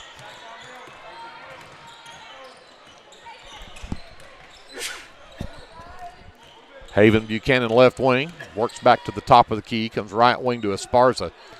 Purcell likely looking to just run some clock right here, and I'm going to be, I would think, looking to really score here, but yet Buchanan steps back, fires a three, and it's good. Ball game. Far be it from me to try to guess what somebody might do, but they're just picking on us now. Buchanan had it, but then tried to get it to Winters in transition. The Leopardettes get it right back. And then in transition, is that Briley gets the basket. 41-27, 14-point lead for Purcell. Winters drives the lane, gets fouled on her way to the rack, will draw free throws. That goes on Briley Russell, her first, only the third team foul in the quarter, but Winters will get free throws here for the first time tonight. She's got 8 points in the ball game. And it'll stay at 8. She misses the front end of 2. So the Leopardettes will see a loss number 7. Yeah, that one will go in.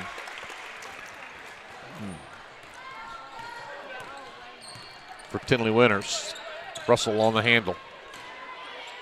Wanted that three. Harp ran her off the line, and then she tried to get it to McGowan. Was a bad pass. Leopardettes with turnover number 16.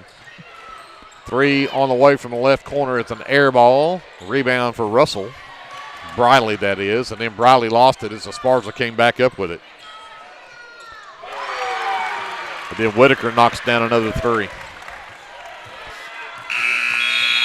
So what was a tie game at halftime ends up being a 17-45.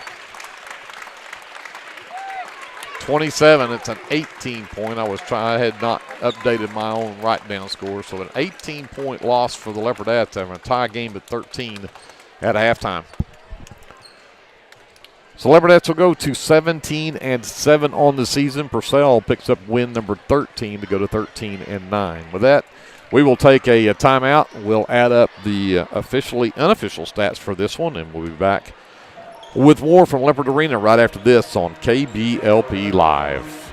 For over 68 years, Winans Funeral Home in Maysville, Oklahoma, has been serving families in the area during their greatest time of need, the loss of a loved one. We treat each family as if they were our own and consider it a true calling to minister to each and every family that calls upon us.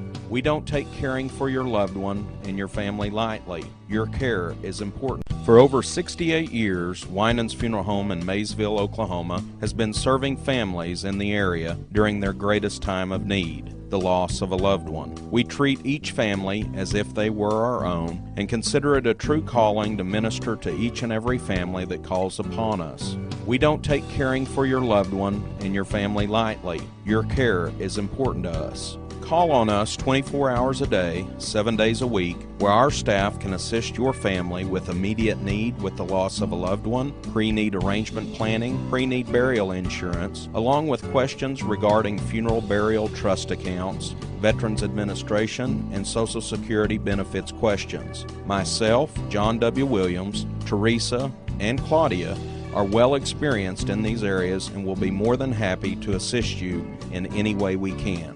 Winans Funeral Home in Maysville, where you are family.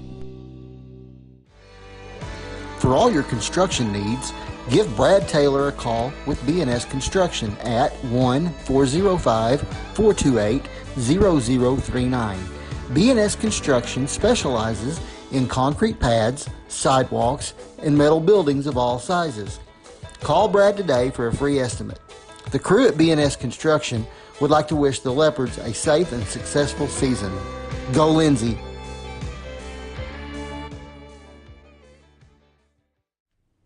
BC Factoring and Finance is a local, family-owned finance company. We assist small businesses with flexible and creative financing solutions to meet their cash flow needs.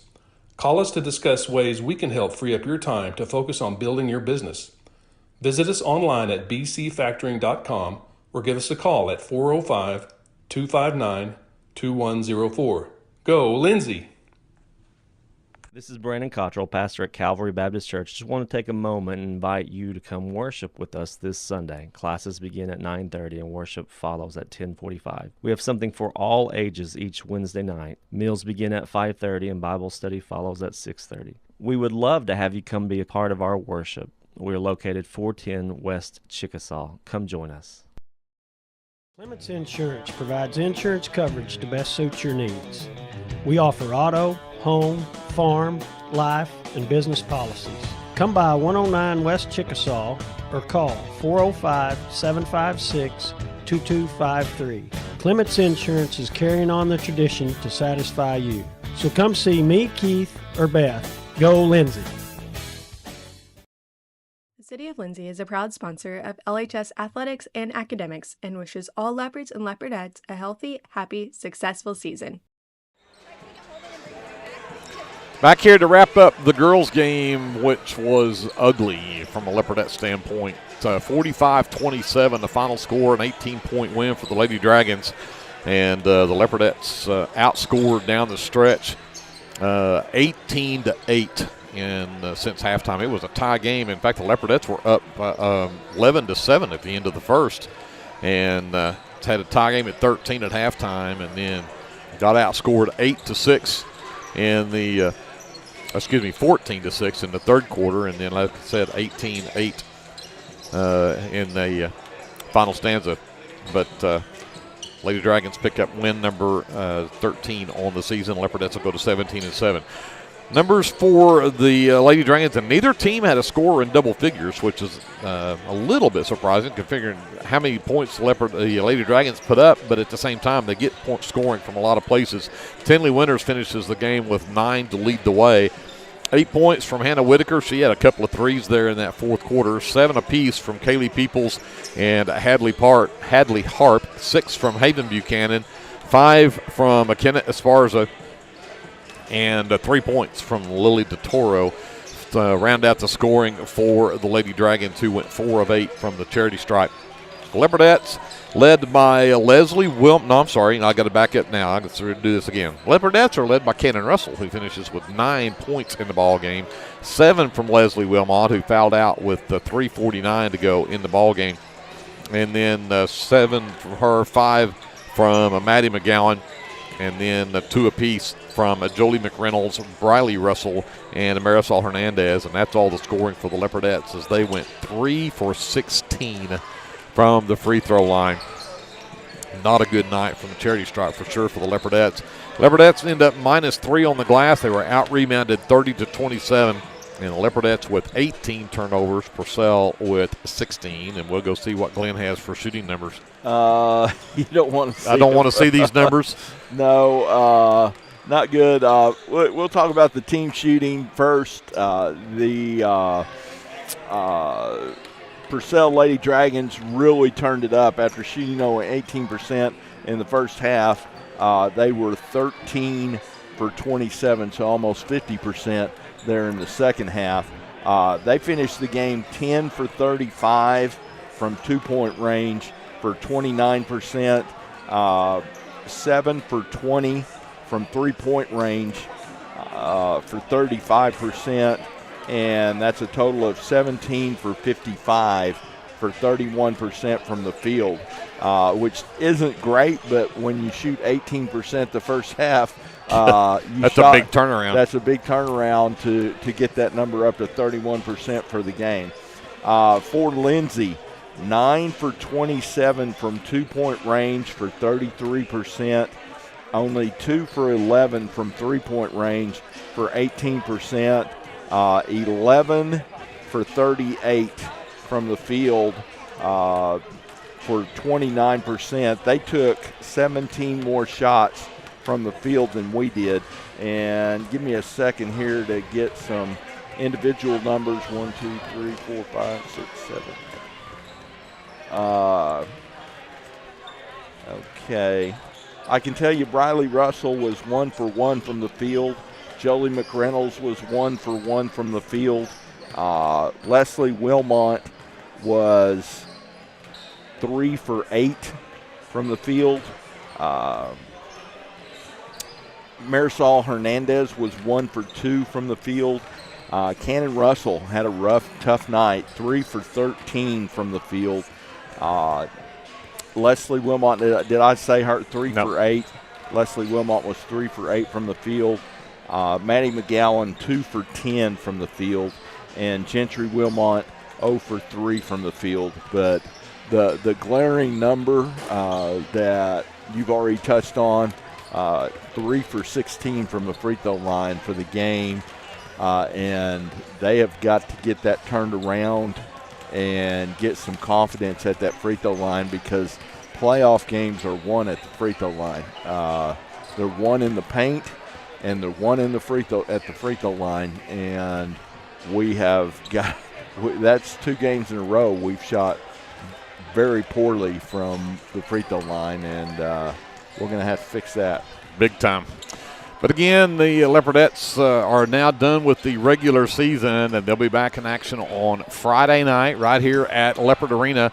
And we'll play Crossings Christian for the district championship and a chance to move on to regionals in the winners bracket. Again, those regional games, that first round of regionals will also be here at Lindsay. No boys game this Friday. The boys drew a bye and automatic win for the district championship. So no boys game coming up this Friday night, only the girls, and that game will be at 6 o'clock here at Leopard Arena, the district championship on the line. With that, let's send it back up to JD. No, let's don't. We've got a minute and a half left here. Let's just go ahead and get right in to get ready for this boys matchup between Purcell and Lindsay. The Lindsay boys, again, coming off of a 1-point win against Pauls Valley, 52-51. Saw Isaac Cameron again with another big game for the Leopards, 19 points, 3 boards, had a couple of threes, and again was stellar from the free throw line. It was 7 of 9. Including 5 of 6 in that fourth quarter. In fact, he hit the 2 that put the Leopards up for good with 13 seconds left in the ball game to give them that 1-point win. Again, saying enough about the crew Flood, though. Flood with the block on Medina there at the end. Double block. Yeah, blocked him twice. Yeah. And had 2 chances at it, and both times he was blocked by crew Flood. So big time for him. But the Leopards lost Creed Taylor with a sprained ankle early in the fourth quarter of that game. Yep. Creed is not in uniform tonight. The sprain is not as bad as they thought it might be. They think he will be perfectly fine by the time Leopards get to their regional game a week from Thursday. So that's a good sign. Good news for the Leopards. Yep. For the Purcell Dragons, let's get to their starting lineup. Senior number 10 is Braden Tharp. Number 12 is Drew Blair. Blair, a sophomore. Number 22 is Kenan Colburn, and Colburn a junior. Number 24 is Jamie Resendez. He is a junior, and round out the starting 5 with number 30, Seth Bunch, the senior. Purcell boys coming off of a 3-point loss to Bridge Creek on Friday night. They come in 9-12 on the season. The head coach is Matt Lone. He is assisted by Paul Wallenberg. The Lindsay Leopards coming off of that 1-point win at Pauls Valley, and they're going to start at guard, a 5'9" junior, number 1, Armando Hernandez. At forward, a 6-foot-tall sophomore. Number 2 is Isaac Cameron. At guard, a 6-foot junior, number 10, that is Hunter Russell. Also at forward, a 6'2" junior, number 23, Bryce Cater. And to round out the starting 5, at the 5 will be the big man, the 6'3" junior, number 34, Gustavo Torres. Torres, Cater, Russell, Cameron, and Hernandez, the starting 5 for the head coach of the Lindsay Leopards, Devin Terry. He is assisted by Gavin Wilson and Jacob Russell. Yeah, the Pauls Valley trainer that looked at Creed over there at Pauls Valley when he got hurt told him and his mother that he thought it was broke. Ooh. And so they went to Purcell ER and got an X-ray and found out it wasn't broke, which was really good news. And they've been doing all the right things and putting the stents machine on it. The only bad thing was him walking around out here without it braced up is not good. But the blood has started draining down at the bottom, which means it's healing. Purcell will control the opening tip. And Colburn will bring it up for the Dragons. Goes to the high post. Resendez, and the ball is stolen away as he tried to dump it down low. Turnover Purcell. Yeah, great job right there to Hunter Russell to anticipate that and knock it loose. Russell around a Torres screen, gets trapped, comes back to Torres in the right corner. He tries to go baseline. He's double teamed and traveled with it. Yeah, he spun and then changed pivot feet. Big guy needs to – he's not used to being that out there that far. He's athletic. He's quick. But yeah. Leopards come out in this full court trap. Purcell will break it, get into the left corner. 3 ball on the way and up and good from Drew Blair. 3-0 Purcell here early. Cater gets it left wing. Thought about it. Yeah. Comes back, passes tipped, and that, again, should have been a foul right there. Hernandez tried to dump it down low, and they're going to call him for a travel. We missed a foul, and that should have just been a turnover, and now the officials are going to talk because one of them called it a travel. The other one said it should have been a sin. I don't think he traveled with it because he just threw it. Yeah. That was off of Purcell going out of bounds, and not only where the travel call, where he thought it was the travel, but they're going to give it back to the Leopards. Yeah, this officiating crew is having a tough time of it. In the lane, Cameron, they're going to call him for an offensive foul. First team foul, first personal foul of the game.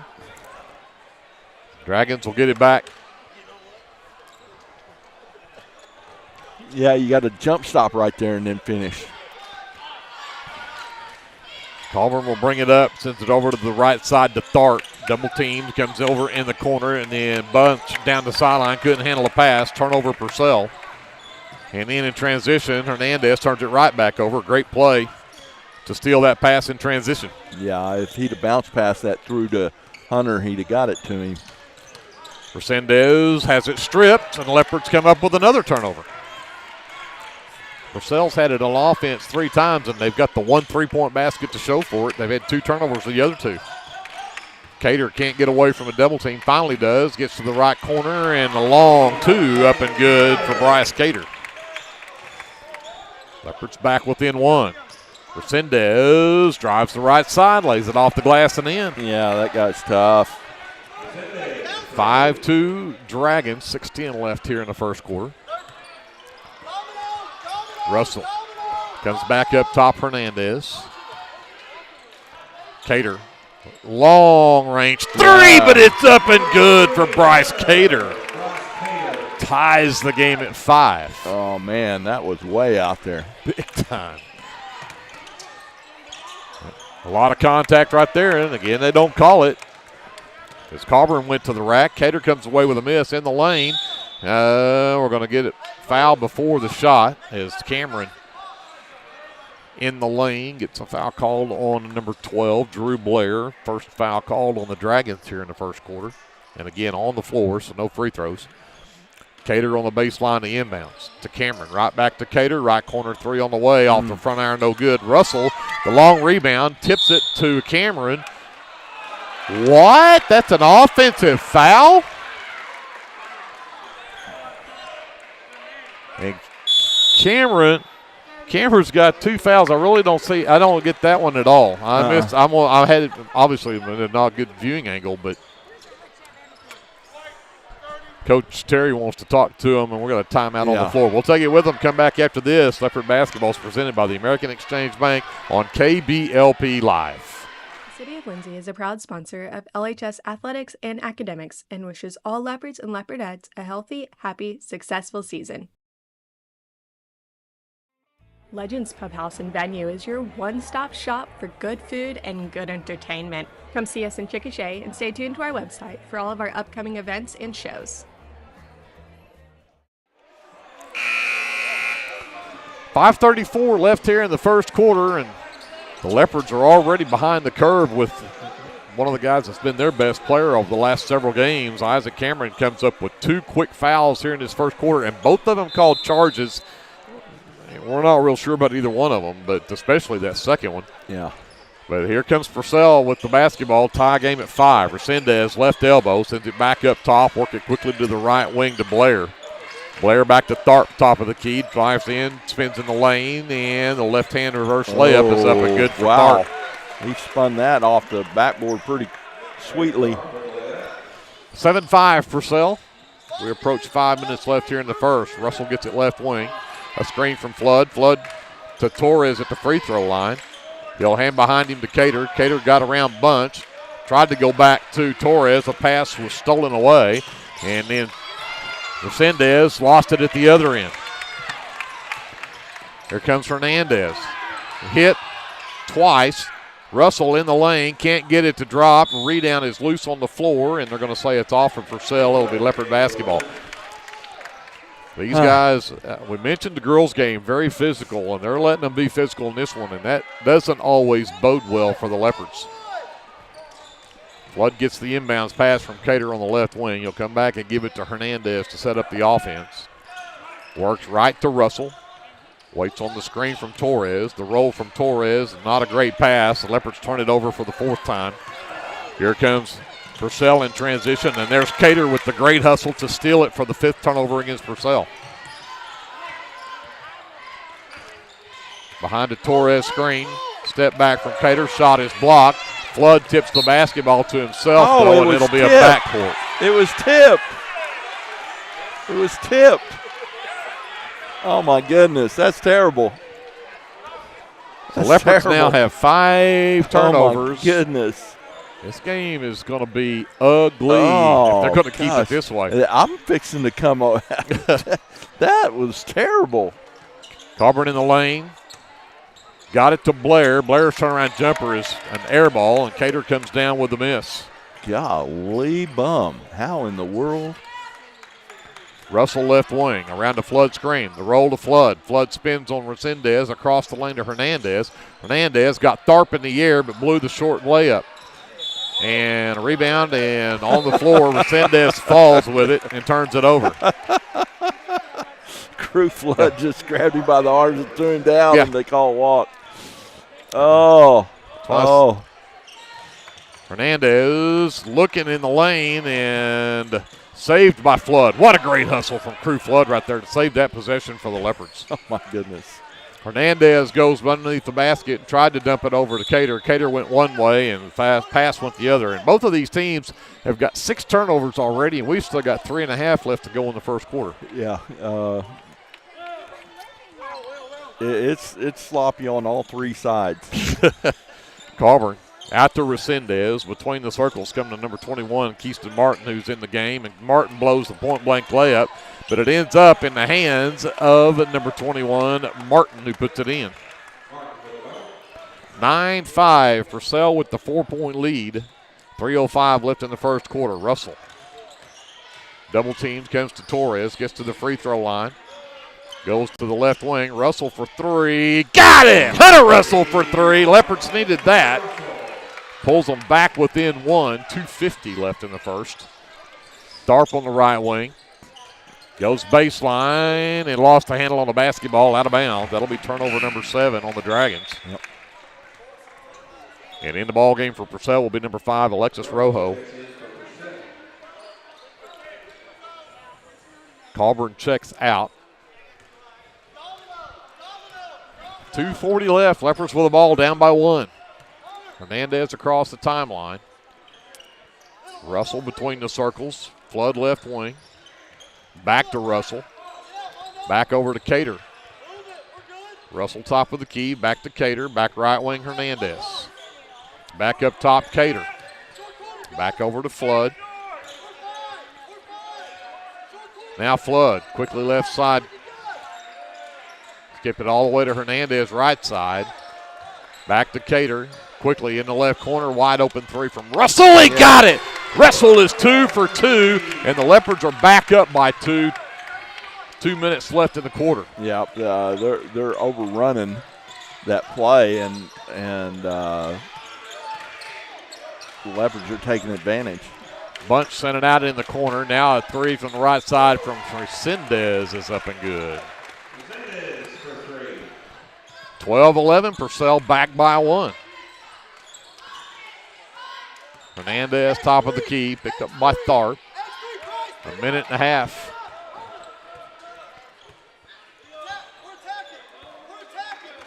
Hernandez turned it over. Layup at the other end is up and good for Seth Bunch. 14-11, back to a 3-point game for Purcell. We got 1:10 left in the quarter. They trap Cater. Cater threw it away. Turnover number 8. And then Tharp gives it right back as he couldn't hang on to it. Lost it out of bounds. Turnover number 8 on Purcell.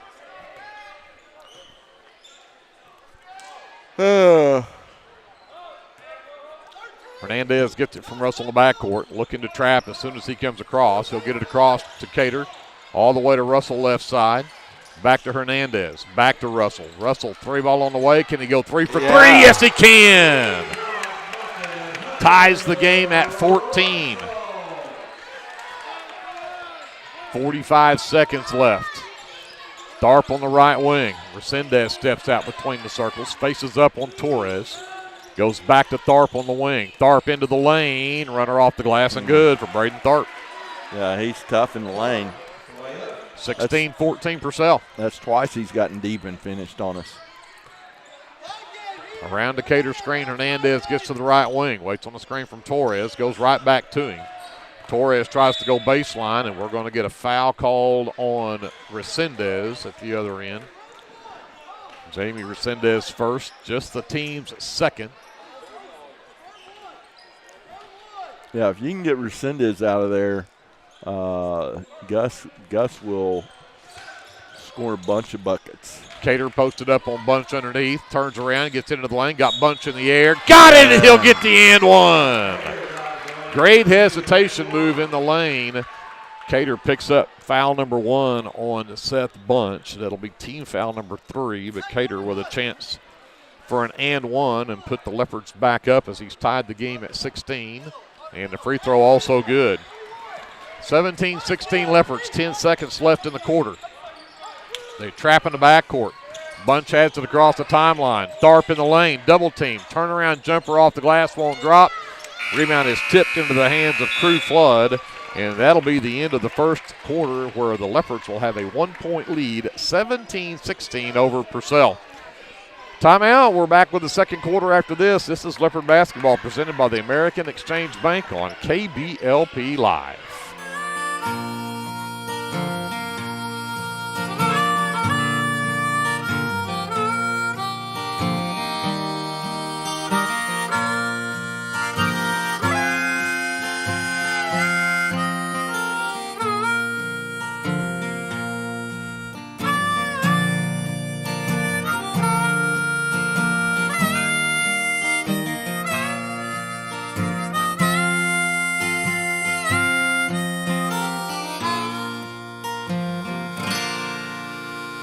Struggling to find a health insurance plan that fits your needs as well as your budget?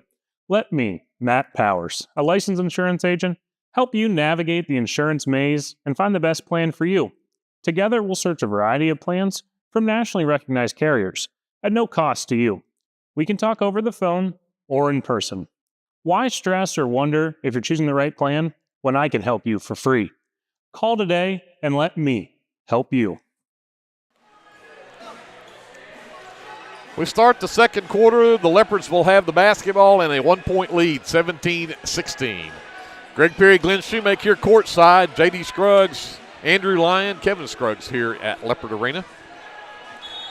Glad you joined us this evening for some Leopard basketball presented by the American Exchange Bank. Hernandez on the handle, around the Cater screen. Double team, lost the handle on the basketball. At the other end, Braden Tharp got it, and he'll give him an and one. Live ball turnovers, and you ended up giving up a basket at the other end. The foul called on Cater, his first, team's first in this quarter, but Tharp will head to the free throw line for the first free throw attempt of the night for Purcell. Yeah, that's Armando's got to read that defense before he crosses half court, see what they're in, and not let him get himself in a situation where he gets trapped like that.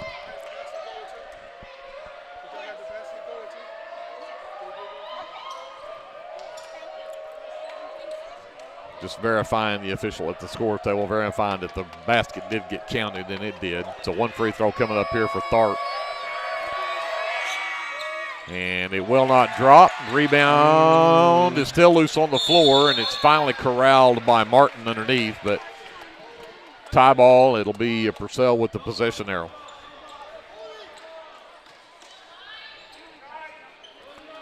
So Bunch on the end line to inbounds. Got it to Martin in the lane, double teamed. He sends it out to the free throw line. Jumper from there, it's off the mark for Drew Blair. Torres with the rebound, and then the shot blocked as Hunter Russell had his shot rejected. Colburn came away with it. Tharp out into the left corner. Bunch for three. Back rimmed it. Martin tips the ball out, tips the ball, and then it saved in bounds to Martin. From Blair, there's all kinds of contact from both sides here, and finally Hunter Russell comes away with it. And now we'll get a reach-in foul called on Purcell. Out of all of that, you call that, that's what always frustrates me. Keaston Martin, and it may be Kieston Martin, picks up his first team foul in the quarter on Purcell as Torres will check out. Cameron is going to return. Remember, he picked up 2 fouls early. See if he can keep from picking up number 3 here as we're not even a minute into this second quarter yet. Cater on the handle. Bunch with the defense. Cater looks to drive down, sends it back out to Cameron. Cameron looks to drive in, splits a double team, got into the corner Hernandez, back up top for Cater. Cater, spin move, lost the handle on it, but Cameron's right there to claim it. Cameron looks to drive in, draws contact, got it! Cameron to the rack, laid it in on a tough shot, puts the Leopards back up by 1. Up top, Blair hands it back off. Carver over to Martin, back up between the circles to Blair. Carver gives it back to Tharp. Quickly they work the ball around the outside. Got it to Bunch on the baseline. Tried to dump it inside. Hernandez, great defensive play, knocks it away for turnover number 9 against Purcell. Cater on the left wing, back out to Hernandez. Russell gets it right wing. Goes to work on Carver. He'll give it up to Hernandez. Hernandez over to Cameron. Cameron looks to drive down and then traveled with it. Hesitated, but dragged the pivot foot. Gets whistled for the turnover, and that's number 10 on the Leopards. Martin checks out. Resendez is back in for Purcell. Carver will bring it up for the Dragons. They trail now by 1, 5:50 left in the half. Resendez gets it. They'll trap him. He got away from the trap, gets down the baseline, put up a tough shot that will not drop. Hunter Russell claims it for the Leopards. Hernandez goes left, spin move in the lane, lost a handle on a basketball. Here comes Bunch, gives it up to Resendez. Turn move and spin move in the lane, can't get it to drop. Rebound tipped out of bounds, last touched by the Leopards.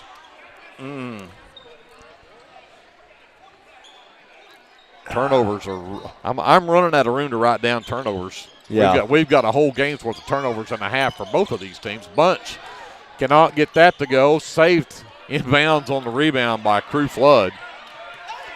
Hernandez will walk it up. We approach 5 minutes left in the half. Leopards with a ball and 1-point lead. Flood on the. And did we get another charge, or are we going to get a blocking foul this time? Blocking foul called on Purcell as Flood goes to the rack, and it'll go on number 24, Jamie Resendez. That's his second. That's 2.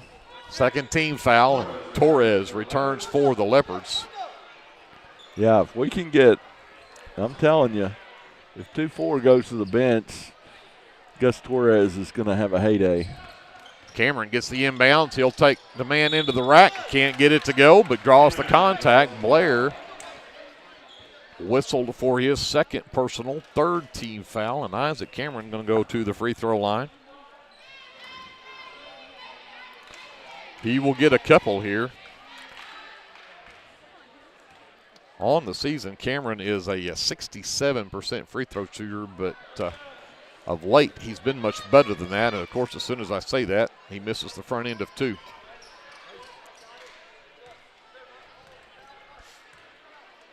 Cameron sends his second one on the way. That one goes down. He's got 3 in the ball game, and the Leopards have a 20-18 lead. Colburn on the handle. Dart, they trap, gets away from it. All the way to the baseline right side. Now in trouble, tried to come up underneath. Torres blocks his shot. Cameron will bring it up for the Leopards with 4:35 left. Leopards with a 2-point lead. Cater on the handle. Goes baseline right side, gets all the way to the rack and puts it in. Nice move from Bryce Cater. The Leopards have opened up a 4-point lead, 22-18, 4:25 left in the half. We've got a timeout on the floor. We'll take it with them. We'll come back to Leopard Arena after this. Leopard basketball is presented by the American Exchange Bank on KBLP Live. Hey friends, Danny Daniels here. I wanted to take a moment and let you know about a very helpful service that I provide for you and your family in our community. I own and operate Danny Daniels Pest Services, and I would like to ask you to call me the next time you have a need or desire for effective, safe, and affordable pest services. If you have spiders, roaches, ants, fleas, ticks, scorpions, crickets, whatever, I can help. Give me a call at 405-428-3833. That's 405-428-3833. I'd be glad to help. Whether you want to promote your business or unite your team, depend on Design It. Locally owned and operated, we are dedicated to offering the service you need to give you the results you deserve. We are committed to providing you with custom screen printing, embroidery, custom graphic designs, logo designs, and we have a creative arts department and an in-house artist who can take your idea and give it our professional touch with custom art services. Contact us today.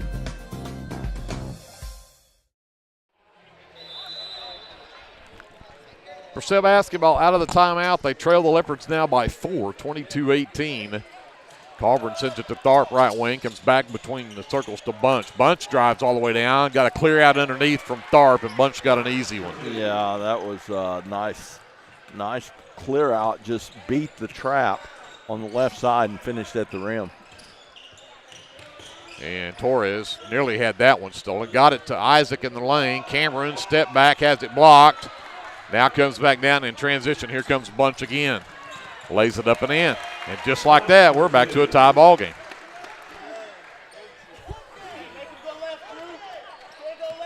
Cater will walk it up. Torres dumps it down to Flood, the reverse layup. Everything but go down for Crew Flood. That was a great job to get from Torres down underneath there. Dart on the baseline, trying to get some help. Can't get it there. Finally, Resendez will bail him out on the wing. Goes baseline on Torres. Hunter Russell stepped right in front of Tharp, but could not come over with that pass. It'll go out of bounds. Hernandez back in the ball game. Cameron checks out. Protect him with those two fouls with 3:16 left to go here in the half. Carver gets the inbounds, goes baseline, sends it all the way across to Tharp, back on the right wing. 3 ball from Blair's off the mark. Cater pulls down and miss for the Leopards. After going. And then Cater threw it away the other end of the floor, looking for Torres in transition, and that is turnover number 12 on the Leopards.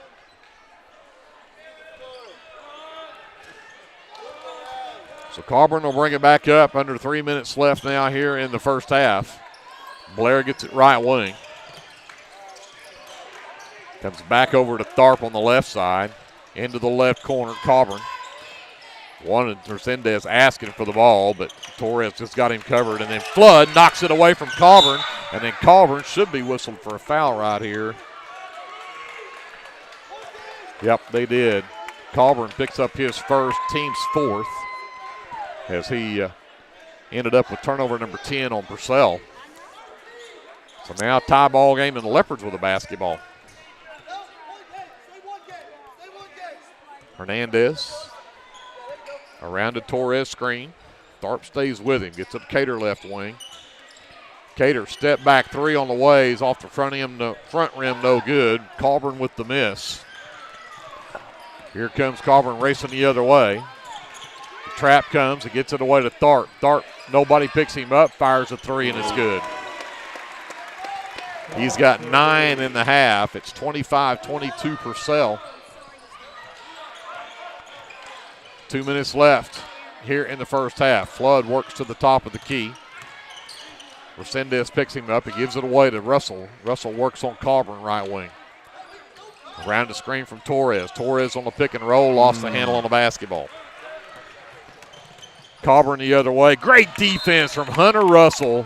Didn't foul right there, just hovered in the air in front of Carburn and knocked it out of bounds. Yeah, that was great hustle to get back and get your body in that position to where you can block that shot without fouling. Resendez checks out. Martin checks in. And also coming in the game is number 1, Kyler Rangel. Carburn will check out. Bunch looks to inbound. Stark gets it right wing. Comes to the free throw line to Martin. Back out to Blair. Now back up top to Rangel. To Blair. Martin between the circles. Back to Rangel. 3-pointer from the left wing is short, but he tracked down his own rebound. Rangel in the JV game had I think 4 or 5 threes. He is a 3-point shooter for sure.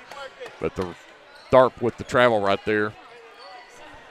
Gives the ball back to the Leopards. They're down by 3 with 1:20 left to go here in the half. Hernandez walks it across. Goes away from the Torres screen. Gives it to Flood. Flood works to the top of the key. Gets it back to Hernandez on the right wing. He'll work behind the Torres screen. Gets to the free throw line. Stops. Sends it out to Flood on the wing. He'll dribble left to right across the top of the key. Dribble handoff to Russell. Russell goes to work on Rangel. Picked up by Martin on the switch. Back right wing to Flood. Leopards doing a good job of being patient here, not trying to force anything. Hernandez slows it down. 40 seconds left. Works right. Lost the handle, got it back. Now it needs somebody to bail him out. Flood comes to get it. Give it up to Cater. Cater to the top of the key. Back to Flood. Nice feed and a great backdoor cut from Flood, but a great pass from Bryce Cater. Yeah, a good pick and roll action right there, and get them back within 1. We need a stop right here. 10 seconds left. Rangel up top to Bunch. Catch fire 3 on the way, and it's good for Seth Bunch. He also has 9 here in the first half, and a half-court shot from Cater is well short. Leopards, who were up 1 at the end of 1, find themselves down by 4 at halftime. 28-24, Purcell on top. We'll send it back up to JD. We'll take a timeout. We'll come back with more Leopard basketball and your American Exchange Bank halftime report right after this on KBLP Live. Hey Leopard fans, this is Nick Johnson from First Baptist Church Lindsay. At First Baptist Church, we are a family ministry and desire to faithfully proclaim the gospel in Lindsay and beyond. We would like to invite you to join us every Sunday for worship at 9 a.m. and Sunday school following at 10:15. Our Wednesday evening activities start with dinner at 5:50, and then we have Bible studies for children, youth, and adults starting at 6:30. First Baptist Church is proud to support the Lindsay Leopards, and we wish all of our student athletes a successful season. From all of us at First Baptist Church Lindsay, go Leopards! For all your tax services, contact Grant and Katie Johnson, CPA. Grant and Katie are certified public accountants that provide full-service accounting, bookkeeping, payroll, and tax services. With 2 offices, one located at 600 Southeast 4th Street in Lindsay, Oklahoma, and another at 313 North Walnut in Pauls Valley, Grant and Katie are ready to meet your CPA needs. Give Grant or Katie a call at 405-238-2727 and set up your appointment today. Hey there, this is Trace Adams with Hassler Hot Oil Service. We are family owned and operated with over 25 years experience. I am a 4th generation Lindsay Leopard, and we proudly support Lindsay Leopards and Leopardettes athletically and academically in all their endeavors. Call my dad, Greg Adams, at 405-756-6075 for all of your hot oiler needs. Again, that's 405-756-6075. Go Lindsay! Get your game day, or any day, off to a great start with Hot Mess Coffee at 213 South Main in Lindsay. Hot Mess Coffee Co. offers coffees, lattes, teas, and other tasty beverages, plus great food, too. Good luck to the Lindsay Leopards from Hot Mess Coffee Co. and Java House Realty at 213 South Main in Lindsay.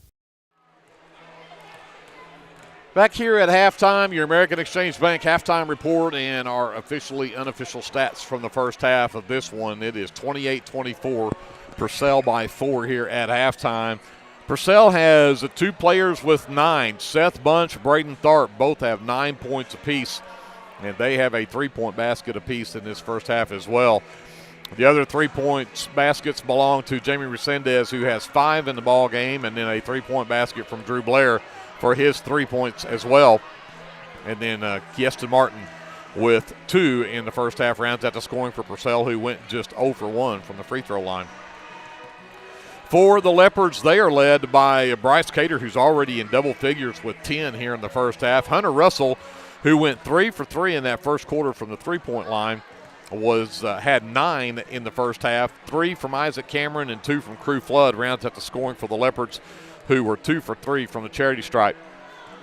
Rebounds are all even at only 7 apiece, and I got to thinking about, we talk about shooting numbers. We may look at how many shots were missed here, but when you look at 13 turnovers against the Leopards and 11 for Purcell, you may have more turnovers than you do rebounds off of those missed shots. So but again, 7 apiece for the rebounds. With that, we'll go talk to Glenn about those shooting numbers. Yeah, both teams didn't shoot that bad. Lindsay actually shot a little bit better than Purcell did, but Purcell took 9 more shots from the field than we did. For Purcell, they were 8 for 18 from 2-point range, 4 for 8 from 3-point range, for a total of 12 for 26 for 46% from the field for the Purcell Dragons. For Lindsay, we were 5 for 10 from 2-point range, 4 for 7 from 3-point range, for a total of 9 for 17 for 53%. So they took 9 more shots than we did, and usually when that happens, there's a disparity in turnovers, which there's not that big a disparity. Most of their rebounds must have been offensive rebounds, putting back, or free throws.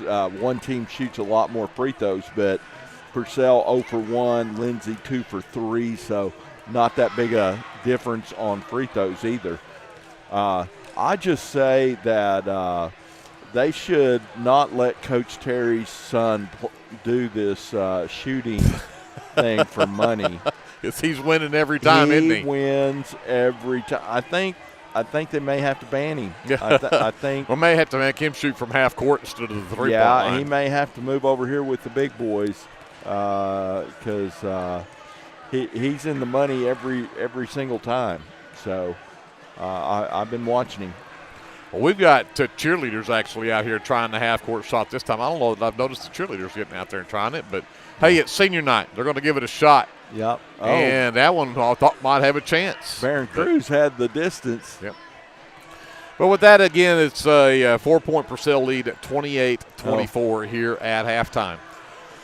Yep. Again, talk a little bit about postseason because that'll be coming up starting on Friday this week. This is the last regular season game. The Leopardettes will be in a district championship game Friday night, 6 p.m., and they will take on the girls from Crossings Christian, and that game again at 6 o'clock. There is no boys game. Crossings Christian's boys are good enough. They're actually in the top 10 in Class 4A. They moved them up to 4A, so the Leopards get a bye and will not have to play a district game. They'll get an automatic district championship, but the girls will play Friday night.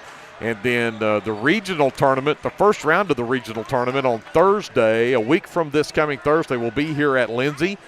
And the boys will play at 7:30 that night. That game already set because they'll have to take on the number 1 team in the state in Class 3A and the Millwood Falcons. That game will be at 7:30 on a Thursday night. Girls, of course, should take care of business and play the semifinal game right before that at 6 p.m. And hopefully that is the case. It would be a very strange things that happen if the girls don't beat Crossings. Yes. But that'll be, again, that on Thursday. And then Friday and Saturday next week, the remainder of the regional tournament will be up at Hennessy. And, of course, we're hoping both of these teams punch their ticket to the area tournament. What we're not real happy about is that means we'll get to drive to Kellyville for the area tournament. Yeah. So we'll have that nice little drive up there for that. My son's got in-laws at Bristow that maybe they've got a camper. Maybe I can sleep in the camper. But anyway, that is your halftime show, and that is the postseason looking at coming up here. I've got some of the area teams, and maybe we'll get a chance before into the game to talk about where some of the area teams are playing this week. Classes A and B have already started there in the regional tournament coming up this weekend. I know the Elliott girls are still in it. I think Maysville's girls are still in it. So have some teams that are still playing in postseason, some of the area teams. Of course, some of our area teams will not start until this weekend as well. We may get a chance to talk about that before the game's up. The Leopards with the ball to start the third quarter. They trail by 4. Hernandez works to the right. Comes back out to Cameron. Hernandez will come back and get it. They're going to reset this offense. That didn't work real well. Let's try this again. Yeah. Hernandez to Cater, top of the key. Catch fire three is on the way. Skips out, no good. Rebound tipped right into the hands of Cameron, and he can't finish either. It's still loose and finally pulled down. And in transition, Colburn will send it out to Tharp, left corner, and drives into the lane. Double team, left it short. Rebound Torres. So Leopards look out and get the ball back here. Cater on the left wing. Torres gets it short corner left side. Goes to work inside on Resendez. Can't get him there. Finally created just enough space. He got it up and in. Nice strong move from Gus Torres. Pulls the Leopards back within 2 a minute into this third quarter.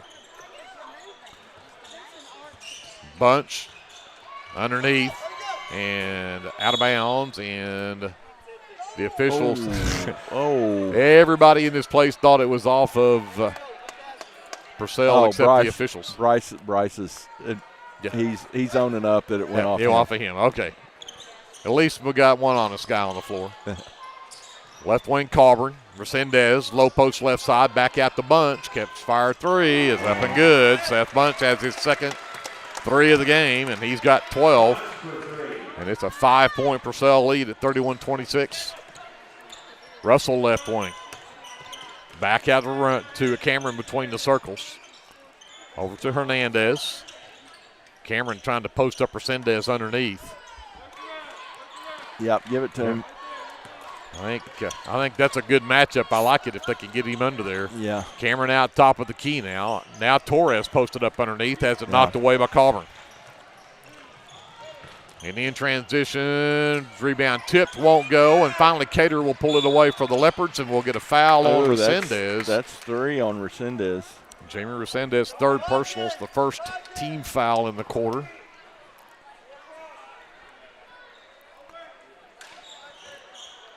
Two minutes in, the Leopards are down by 5. Here comes Hernandez with a basketball.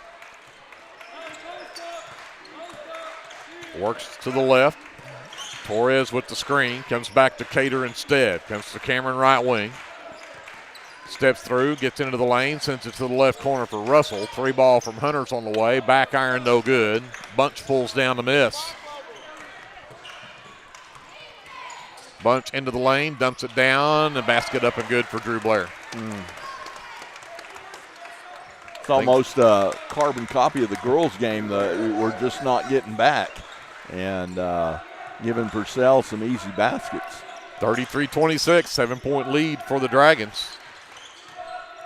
And offensive foul called on Torres.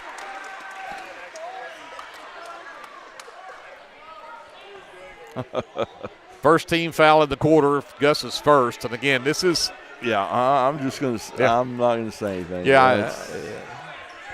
Better to. What's that old saying? If you can't say something good, don't say anything at all. Yeah, because I'm not sure I can say anything good about this officiating crew. Yeah. Colburn sends it left wing to Bunch. Around the Resendez screen. Bunch floater from the free throw line doesn't go. Torres pulls down a miss. Cater will work across the timeline, gets to the free throw line, steps through. The backdoor cut from Hernandez gives it to Torres. Torres again in the lane. Now up top, Cameron for 3. It's short. Long rebound tracked down by Hernandez, though. Cameron now drives into the lane. And again, I'm not going to argue that that's not a foul because they call the reach-in foul on Resendez, which is number 4. Yes. And the second team foul, but that was such a ticky-tack foul that they have to call that and not call what they haven't called. Right. Resendez is out. Martin is back in for the Dragons. He'll sit with those 4 fouls. Cater inbounds to Cameron. Cameron fakes the handoff to him and then goes in for the layup. Can't get there, but he'll get free throws. And I think they'll get that on number 21, Kieston Martin. That's his second. The team's third in the quarter. He kind of looked like he was doing a fake handoff and then turn and run. Kind of like playing quarterback, Kind of like playing quarterback. I think Sam taught him well. At the free throw line, Isaac Cameron knocks that one down.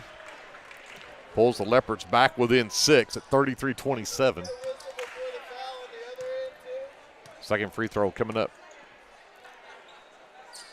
for Cameron, and the sophomore knocks that one down as well. He's got 5 in the ball game. It's 28-33. Leopards down by 5. 4.5 left in the third. Dart to Bunch. Martin top of the key, right wing to Colburn. He'll dribble up across, give it to Tharp left wing, into the left corner. Blair for 3, it's short. Martin comes down with the long rebound. Bunch back over to Tharp, penetrates to the low post, gives it to Blair back on the corner. Run off that three-point line by Cater, though. Bunch sends it back over to Colburn, and they'll reset the offense. Back to Bunch. Got Tharp over and open in that right corner, but Cameron does a good job of recovering to get out there. He's got Blair out behind him in the corner now, but they'll come back up to Colburn instead. Bunch to Martin inside, turns around, sends it back out to Colburn. Straightaway 3 on the way. It's good. Well, shucks. Leopards down by 8. Yep. 3.5 left to go here in the third. Cater.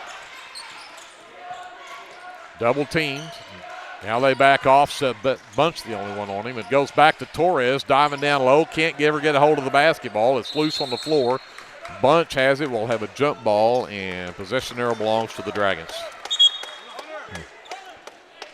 Turnover number 16 now on the Leopards. As Crew Flood will check in. Hunter Russell gets a breather.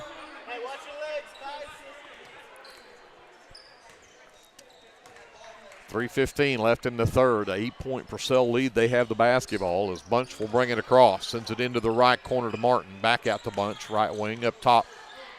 Tharp with Flood on him there. Martin gets it back. Goes baseline and then lost it. Torres bats it out of bounds.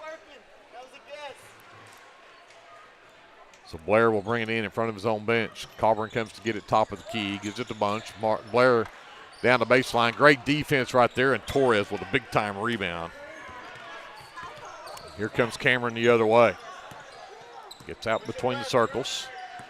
Works left. Back around the Torres screen. Comes to Flood. Flood over right wing to Hernandez. Around the Flood screen. Back out to Torres. Flood will come get it from him. Go back to Hernandez right wing. Colburn knocked the ball away from Hernandez. He got it back. Hernandez straightaway 3 is good. Leopards back within 5. 2:20 left in the third. Colburn brings it across. Martin left alone. Nobody even picked him up. And then Hernandez knocks it out of Colburn's hands but out of bounds. And Russell will return for the Leopards. And he'll replace Torres. Leopards will go a little smaller here. Resendez out of the game. And we're going to have a timeout on the floor called by Purcell. 2:12 left in the third. 36-31. Purcell a 5-point lead. We'll be back with more Leopard basketball presented by the American Exchange Bank after this timeout on KBLP Live. Hughes Heat and Air is a family-owned business that serves Lindsay and surrounding areas. Hughes Heat and Air provides service for residential and commercial jobs, including simple repairs and new installations. Hugh and his crew take pride in providing professional, efficient, and reliable work at affordable rates. For your next heat and air project, give Hugh a call at 1-405-756-6399. Good luck, Lindsay.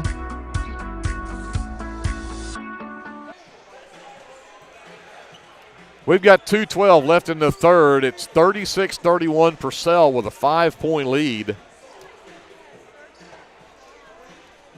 They'll have the basketball out of the timeout. Bunch will inbound from the far sideline.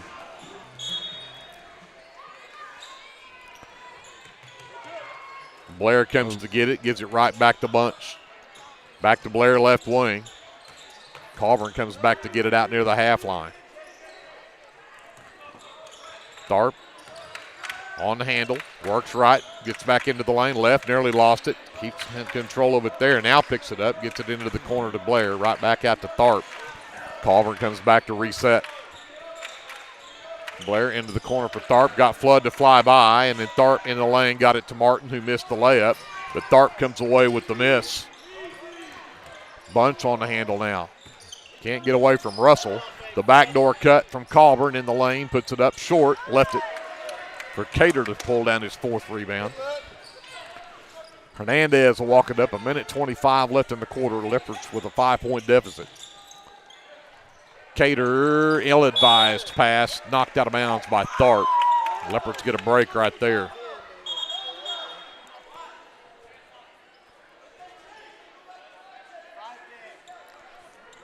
So Russell in front of his own bench to inbounds. Lob it into the backcourt to Hernandez. Russell gets it. Comes back to Flood between the rings, works right. Fakes the dribble handoff to Cater, gets it to Hernandez. Hernandez tried to go baseline, couldn't get there. Sends it back out to Flood. Hernandez will come back and get it. They'll set it up as we just go under a minute left here in the quarter. Hernandez around the Flood mid screen, and he'll come back out to Cameron. Cameron right down the middle of the lane, stops at the free throw line, and then tried to go to Flood as he cut down the baseline and threw it away for turnover number 17 in the ballgame. Colburn will bring it up now. 40 seconds left with a 5-point lead for Purcell. Bunch works to the right corner to Tharp. Back out to Bunch. Blair was wide open on the baseline and nobody saw him, but did not see him there either. Oh, that's a carry. Hernandez chases Bunch all the way to the baseline left side. Martin brings it back out to Tharp, top of the key. Purcell looking for a final shot here. Down to 15 seconds left. Colburn double teamed. And Russell comes away with the steal and ahead to Hernandez with the layup in transition. And the Leopards are back within a possession at 36-33, and they're going to get Bunch with the travel with 4.7 seconds left in the quarter. The Leopards now with a chance to even close it more. Wow, that's huge. So Cater will inbound with 4.7 left before the end of the third. Cameron gets it out in the corner with Martin on him, goes baseline, spins, got in the air, and it does everything but drop down for him at the buzzer. But a nice closeout, a little 5-0 run there for the Leopards to pull it within 3 at 36-33. Purcell with the lead at the end of 3. Timeout, fourth quarter coming up after this. This is Leopard basketball presented by the American Exchange Bank on KBLP Live. Legacy Roofing is a family-owned and operated business that serves Lindsay, Oklahoma and surrounding areas. We specialize in getting your home back to its best, whether it be annual wear and tear or storm damage. We don't just fix roofs, we take care of your home. Legacy Roofing, family-owned, community-focused, and always here for you. Call us today for a free estimate at 405-756-8855 and let us protect your home with the care it deserves. Hey Lindsay community, my name is Christian Torres and I am the minister for the Lindsay Church of Christ. We would like to invite you to come and worship with us on Sundays at 10:45 a.m. and Wednesdays at 7 p.m. We're located at 1205 West Cherokee Street. Here at the Lindsay Church of Christ, you will find the truth of God's Word, spoken in love, and a group of people who love God and one another. Do you have a Bible question? Well, we have a Bible answer. Come and worship with us and be edified at the Lindsay Church of Christ.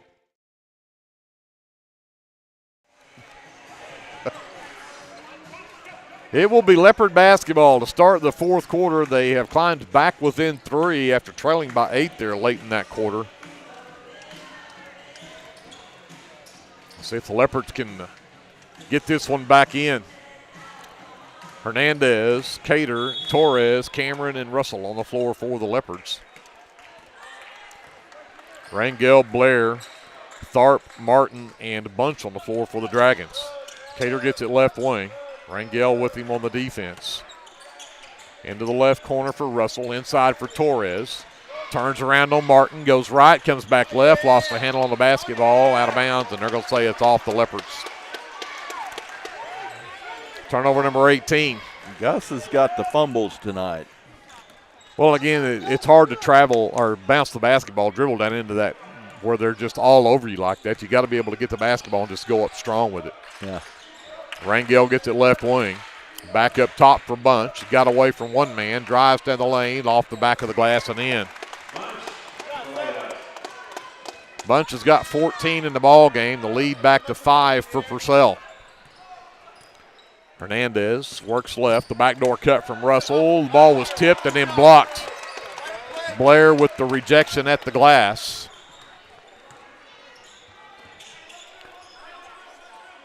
Rangel sends it over to Martin left side, hounded by Russell. Dart back to bunch between the circles, and Rangel will come back and get it. Blair to Martin, back to Rangel right wing. Inside, Blair, tough hook shot. Drew Blair got it to go. And a 7-0 run, a 4-0 run for Purcell makes it a 7-point game. Cater nearly lost it. Got it to Russell. 3-ball left wing from Russell on the way. Back rim's no good. Cameron fought for the rebound. Couldn't come up with it. And they're going to say it's off of Purcell. The Leopards get a break right there. I really think that was off of Cameron.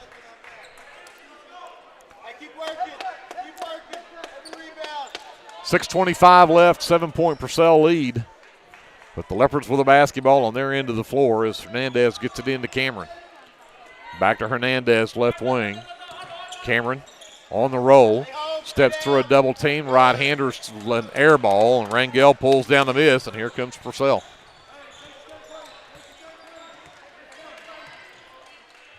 Dart, top of the key, gets a screen from Martin. Takes it all the way down low post, right side, cut off. Now Martin at the free throw line, behind him to Bunch. Bunch looks to drive in. Sends it to Tharp on the right wing. Comes back to Martin at the free throw line. Behind him to Blair. Back right wing to Rangel. Back to Bunch. Catch fire three. Top of the key. It's good. Third three of the game. 17 in the ball game for Bunch on his third three, and it's a 10-point Purcell lead. Timeout, Lindsay. 5:42 left. We'll come back after this. This is Leopard basketball, presented by the American Exchange Bank on KBLP Live. This is Dr. Matt Shelton with Lindsay Family Dentistry. I'm a 1997 graduate of Lindsay High School and have been practicing dentistry in Lindsay since 2006. We welcome you to come to our dental practice so we can help you and your family with all your dental needs. We offer dental services for everyone at every age, from braces to aligners to crowns, bridges, dentures, and implants. Give us a call today at 405-756-4093 or stop by at 102 Southwest 7th Street and let us give you the healthy, beautiful smile you've always dreamed of. Lindsay Municipal Hospital is dedicated to providing quality service to our local community, and we're wishing our Leopards and Leopardettes a healthy and successful basketball season. Go Leopards! We'll be here Friday. The district tournament, they will host Crossing Christians at 6 p.m. That's a 6 p.m. start. There will be no boys game. The Leopards drew a bye, so they will advance to the regional tournament, which will be held here Thursday of the following week.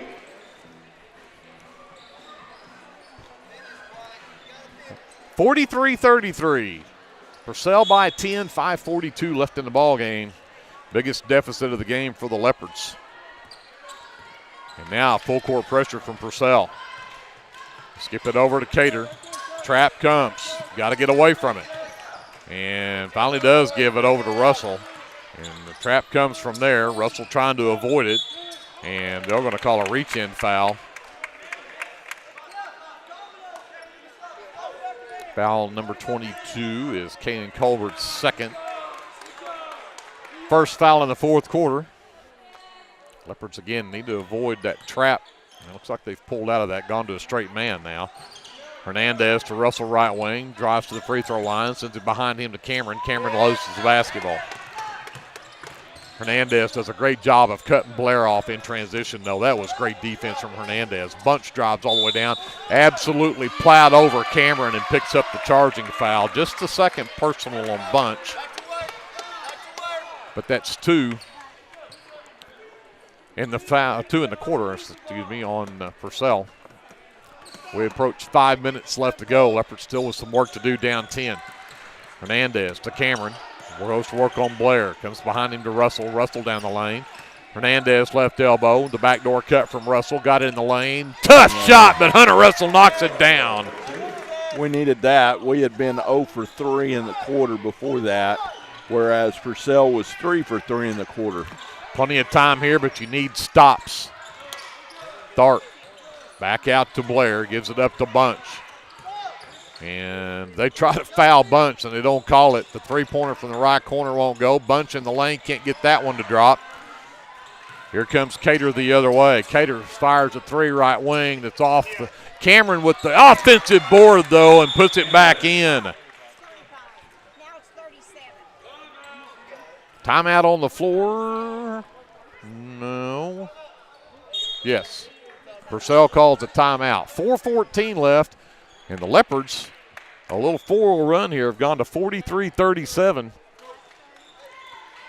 With 4:14 left, let's take a timeout. We'll come back after this. Leopard basketball is presented by the American Exchange Bank on KBLP Live.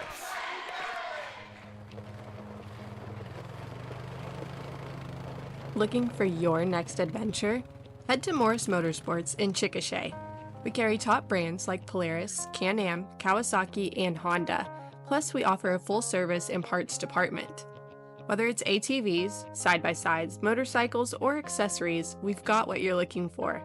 Visit morrismotorsports.com or give us a call at 405-224-6113. At Morris Motorsports, we don't just sell machines, we sell fun.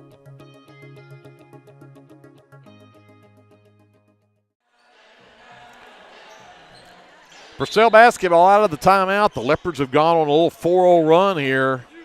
After being down 10, now they're down 6. Need another stop here. Blair to Colburn. Into the left corner. Bunch drives down. Sends it back out to Blair. Back over to Colburn. To Tharp on the left wing. Leopards doing a great job of staying in contact. Not leaving them a wide open shot here. Resendez got Blair underneath. He misses the shot, but he was right there for the rebound and the putback. Yeah, you got to step through, block out. Back to an 8-point lead for Purcell. Hernandez on the drive, gets into the lane, let his man fly by, puts it up and in. Great move from Hernandez in the lane. Leopards back within 6, 3:30 left. Colbert in the backcourt, picked up by Hernandez. Tharp trapped and whistle for a foul. I think they'll get Crew Flood with that one. They do. Flood's first, team's first here in this quarter. So Bunch will bring it in from in front of his own bench.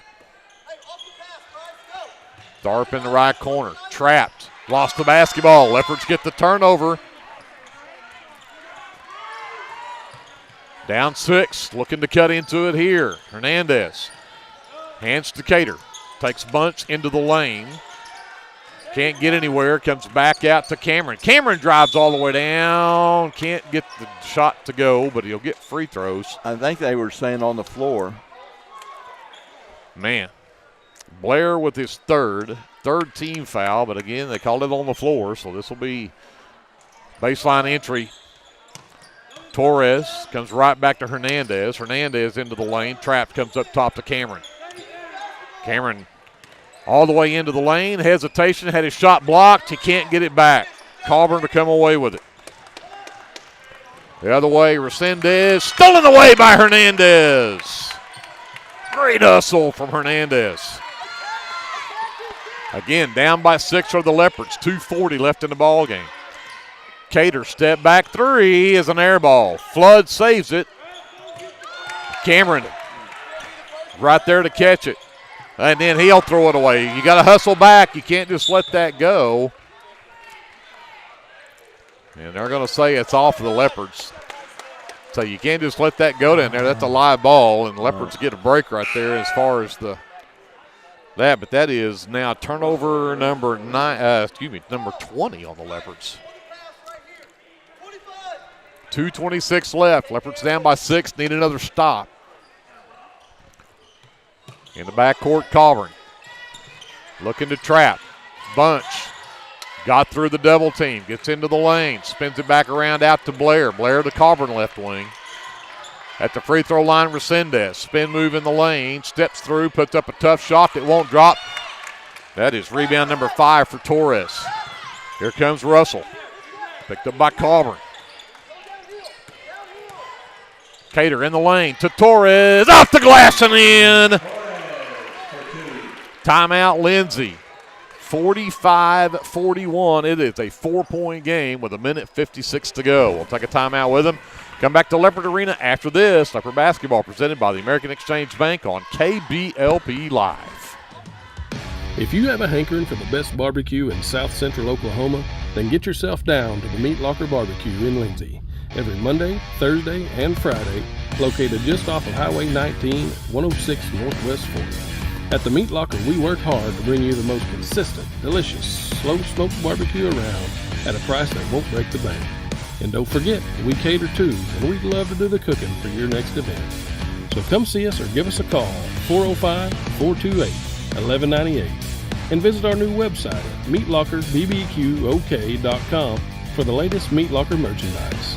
We're proud to sponsor this broadcast of Lindsay Leopard Athletics and want to wish all the students, faculty, and staff a successful year.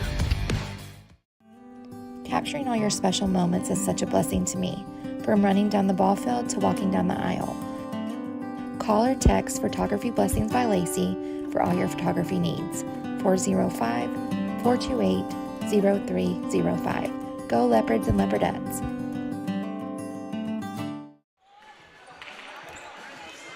(45-41), Purcell by 4. We've got 1:56 left in the ball game, and again, the Leopards have been on a little 4-0 run here to pull it back within 4, and now come out full court man pressure.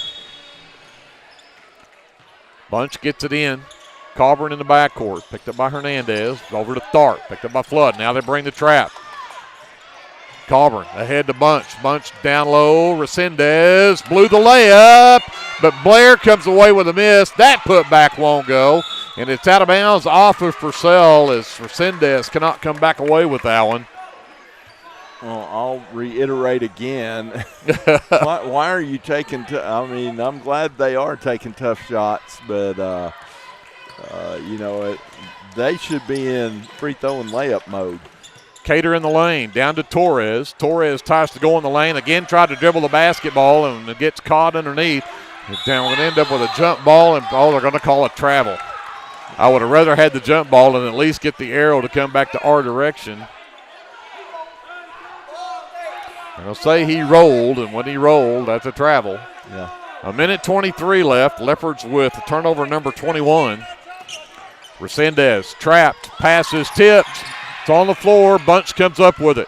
Now we got numbers of 3-on-2 the other way. Blair in the corner, which wisely brings it back out. Now the Leopards are going to be forced to try to foul here with 1:10 to go. Tharp underneath. Resendez turns around, sends it to Blair, back out the caller. Now we got a foul. And they will foul Blair. 1:01 left to go. It's only the second team foul. Foul called on Torres, just his second. So there's 3 more fouls before we're forced Purcell into free throws. They've got to come up with the turnovers right here. Yeah. Inbound pass is tipped. Cater comes away with it. Flood ahead to Hernandez. Hernandez stops, fires a 3. It's off the back iron, no good. Blair the other way. He'll be fouled by Hernandez. And that is just number 1 on Armando. 3rd team foul now. 47 seconds left, and Purcell now is going to call a timeout with a 4-point lead. 47 seconds left in the ballgame. Let's take it with them. We'll come back to Leopard Arena after this. This is Leopard basketball presented by the American Exchange Bank on KBLP Live. Are you struggling to find a health insurance plan that fits your needs as well as your budget?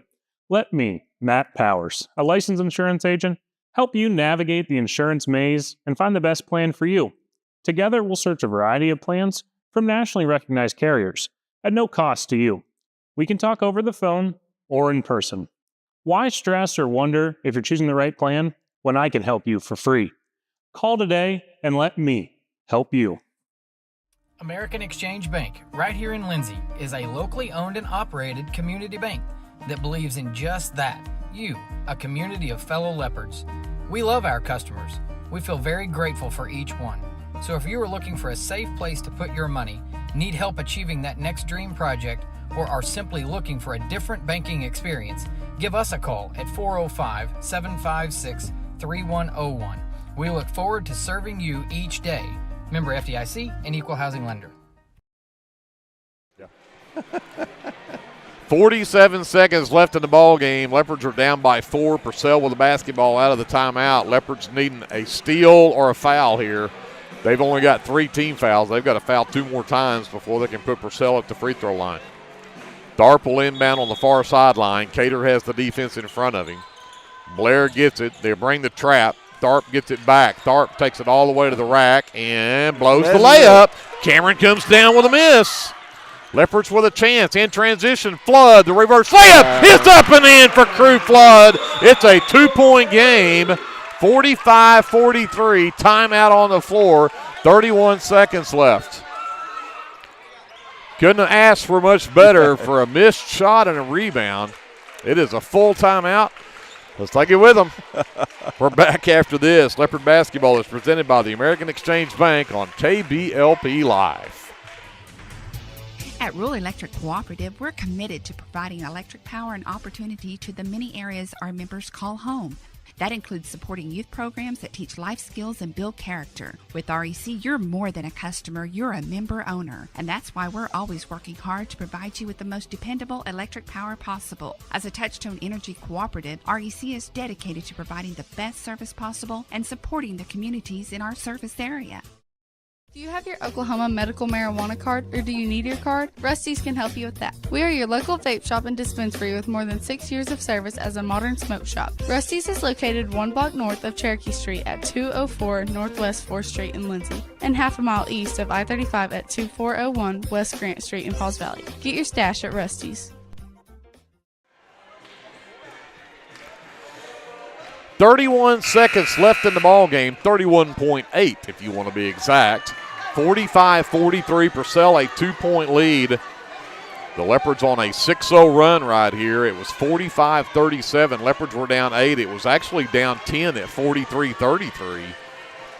And since then, the Leopards have gone on a 10-2 run. Full court man pressure again from the Leopards. Bunch on the baseline, far end of the floor. See what the Leopards can come up with here. Bunch gives it over to Tharp. Should have been a long 5. Should have been a 5-second count there, and they will get the turn off. Oh, they're going to say it's off the Leopards. Oh. Leopard faithful on that side of the floor, not happy with that call.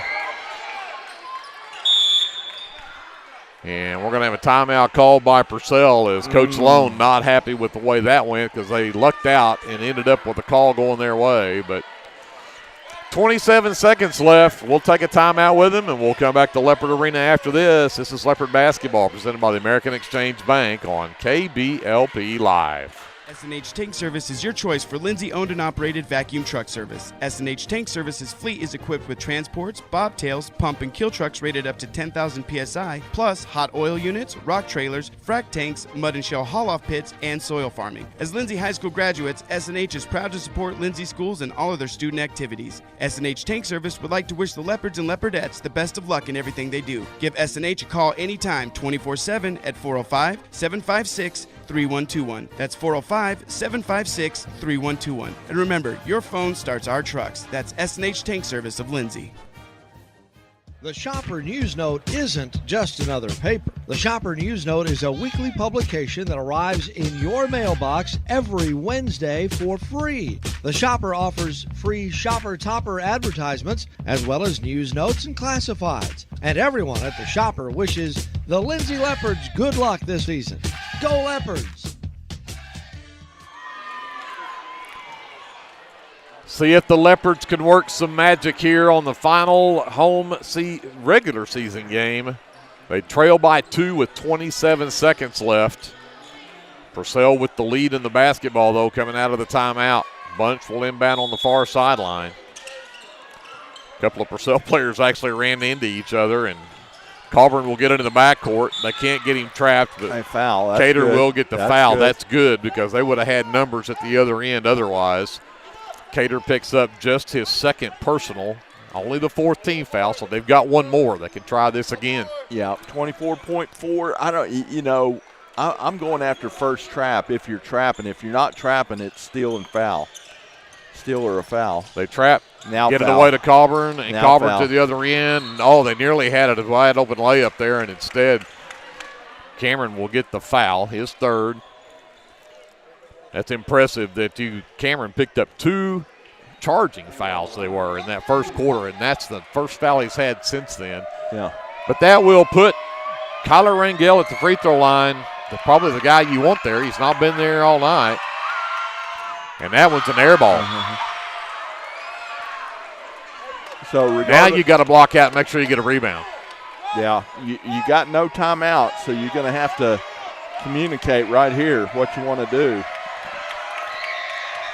20 seconds left. Rangel got the second free throw to make it a 3-point game, 46-43.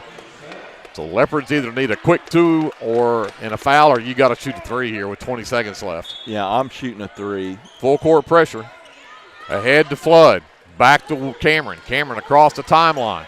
15 seconds left. Back to Hernandez. Hernandez works right. Comes back to Cater, top of the key. Down to 6 seconds. Down to 5. Dances with it. Step back. 3 ball on the way. It's good! It's good at the buzzer, and we're headed to overtime. A prayer of a 3 from Bryce Cater, and we're going to OT. Wow. He shot that over 2 guys. Wow. What can you say about the ice water in the veins from Bryce Cater, who knocks down just his second 3 of the game, but it sends the game to overtime, tied at 46. So we'll keep it here for this. We'll get ready for this one. Tie game at 46. The Leopards outscore Purcell 13-10 in that quarter. They trailed by 3 at the end of the third at 36-33, but none of them bigger than that one net there from Cater, who now has 13 in the ball game.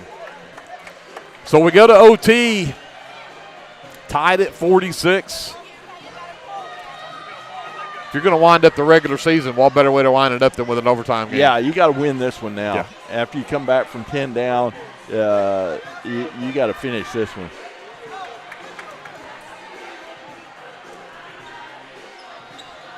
So 4 minutes will be put on the clock. I think that's what they do for an overtime is 4 minutes. Yep. Creed Taylor again out of business tonight with that sprained ankle, but he is out there cheering his guys on.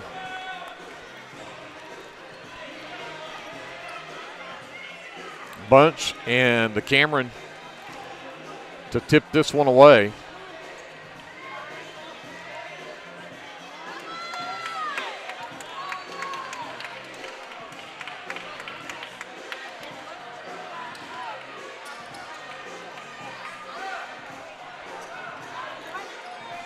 And I think the officials are about ready to go here. Yep. Waiting on Kim. Yep. Oh.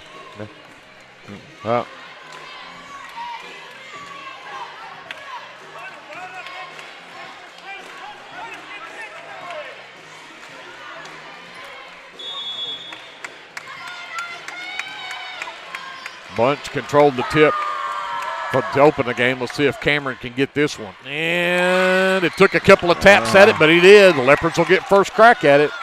Hernandez brings it across, goes to work on Tharp. Cater right wing, works on Bunch, takes him all the way to the low post, spinning in the lane, steps through, got him in the air, but couldn't finish it. It's loose on the floor. Finally, Blair pulls it away. In transition, here comes Tharp the other way. Yeah. Going to call an offensive foul on Resendez, and that's all on Jamie Resendez. That's 5 for him. Pushing off to try to clear away underneath. Oh, yeah, he had both arms out and was taking Leopards backwards with him.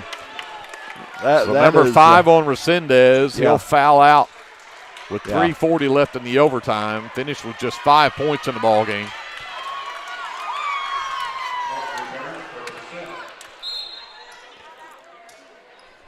So they'll bring Martin back into the ball game to replace Resendez. Here comes the Leopards. Tie game still. Hernandez flips to Cameron. Dances, gives it back to Cater on the right wing. Back to Cameron, baseline, gets around Bunch, got him in the air, can't finish it, but he got Bunch to pick up the foul. Bunch is third. And this will just be the first here in the overtime. That's 3 on Bunch, so. Cameron back to the line. He'll get a couple here. See if he can give the Leopards the lead back here. The Leopards have not had the lead since halftime, and he does. 47-46, Lindsay.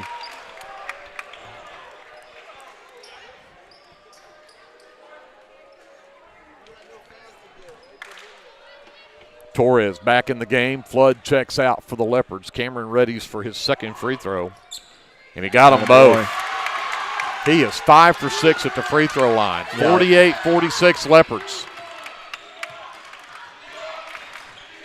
Up top, Blair. Coburn to Bunch. Up top for Blair. Works out to the right side. Long two. And bodies everywhere down there. Let's see what we're calling here. Yep, Cameron pushing his way through a screen, trying to get out there. Isaac picks up his fourth. Be the first here in the overtime period. I started to say, I guess they carry over the fouls into the overtime. Yeah.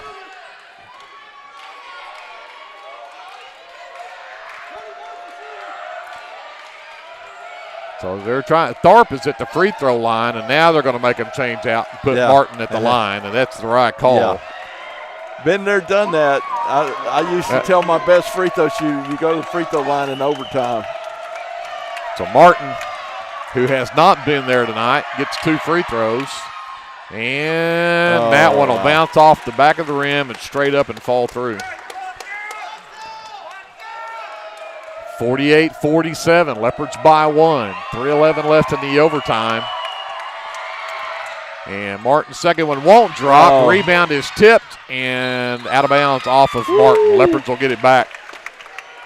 Let's go score. Yeah, got to go score. Go score. Do not run X3. Do not run X.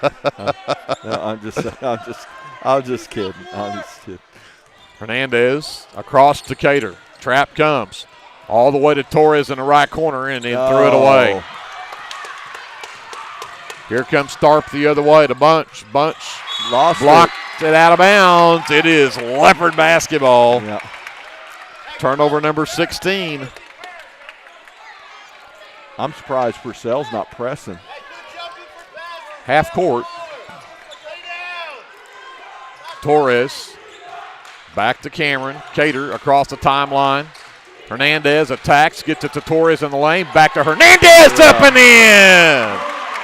50-47, Leopards by 3.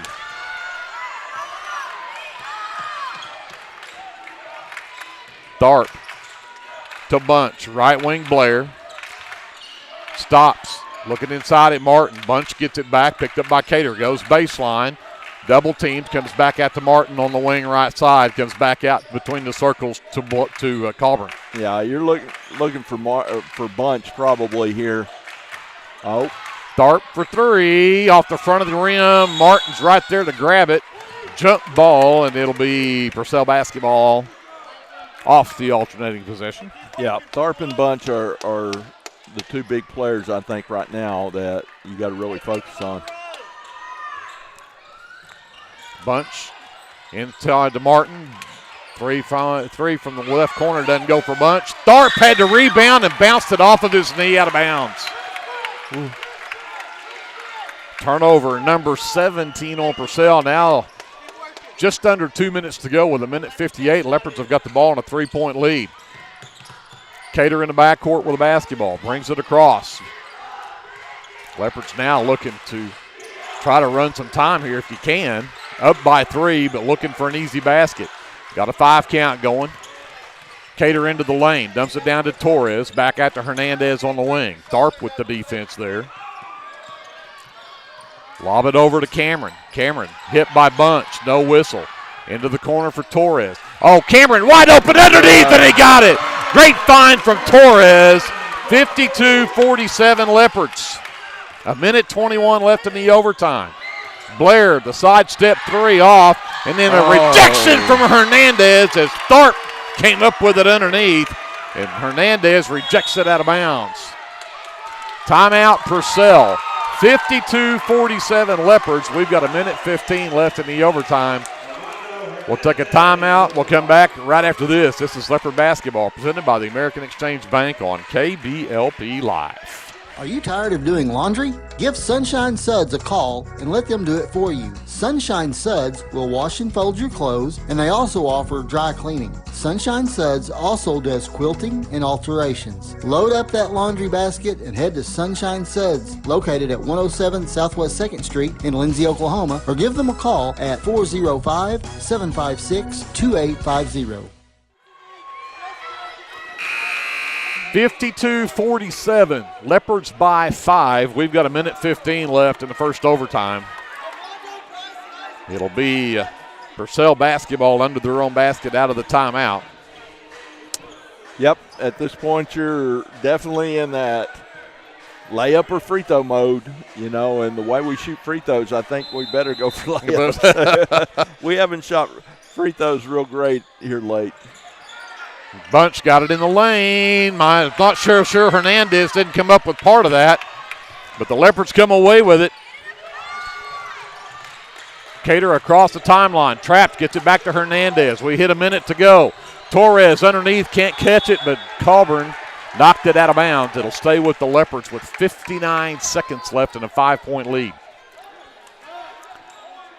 I think this is where you're just taking care of the basketball, and if it's not a layup, you're not shooting. Cater gets it in right corner. Yeah, clear out. Yeah. I mean, if you get a chance to go by your guy, go make a layup. Go make a layup. Russell over to Cameron, picked up there by Blair. Got a count going, gets to the free throw line, back out to Hernandez. Hernandez drives down, sends it over to Cameron. Cameron to Cater, and Cater knocked down a three after the whistle. Foul called on Seth Bunch. That is his fourth. And Isaac will shoot two. So Cameron heads to the free throw line. All the Leopards off of the free throw line at this point. A couple of free throws here would make it a 3-possession game with 38 seconds left. Cameron's first one on the way, and it's good. 53-47, Leopards by 6. Martin is out. They'll bring in number 15, Alec Thompson, for Purcell, and also bring out Torres, bring Flood in for more defensive pressure. Need more quickness out there. Flood readies for his second free throw. Got it. 3-possession game. 54-47 Leopards. 35 seconds left. Tharp drives in and lost it out of bounds. They're going to call a foul. And that'll be, if they call that on Cameron, that'll be his fifth. And they do. Yeah, it is on Isaac. So you'll foul out. 33 seconds left. 13 points in the ball game, but more importantly, he was 7 of 8 from the free throw line. Again, showing how clutch he is. Torres is going to come back into the ball game. Get some instructions from his coach first, but 33 seconds left. Braden Tharp at the free throw line.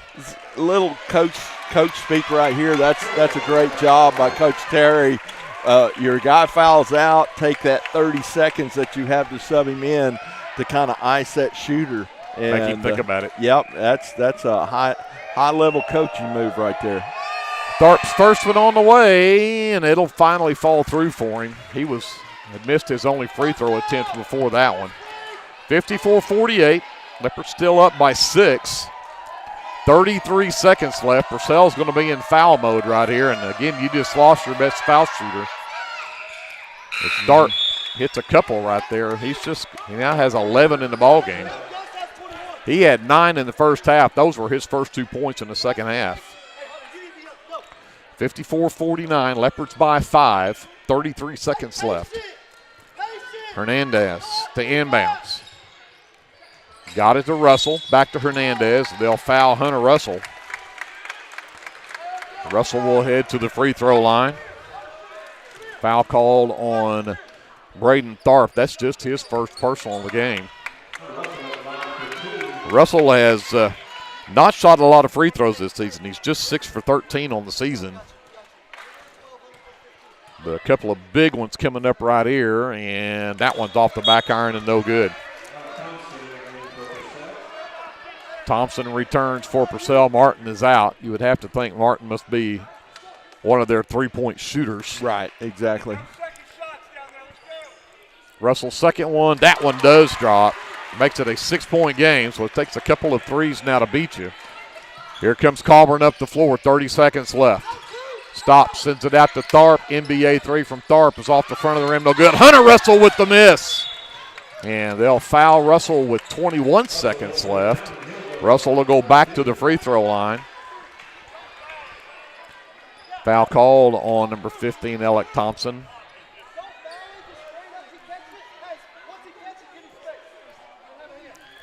So a couple more free throws coming up here for Russell. Yeah, we called it what? And again, misses the front end. We called it no jump, no jump, don't jump. You can scoot out there and get a hand up, but don't jump. Just stand there. Yep. And Russell again goes 1 for 2 at the line to make it 56-49. Thompson, NBA three off the top of the glass, won't go. Hernandez had the rebound taken away from him. Colburn's shot won't go. Tharp's putback will go. 6 seconds left in the ball game. And with that should be enough. The Leopards with a 5-point lead and only 6 seconds left, and this has been a huge comeback game for the Leopards. Yep. Led by one, 17-16 at the end of one, but Purcell came back and had a 4-point lead at halftime at 28-24. And the Leopards did a little run there. They were down 8 in the third at 36-28, came back to be down 3 at the end of 3. But again, a huge 3-point basket from Cater, who had 2 guys in his face when he fired that shot. Ties the game at 46 to send it to overtime. And the Leopards have outscored Purcell here in the overtime, 10-5.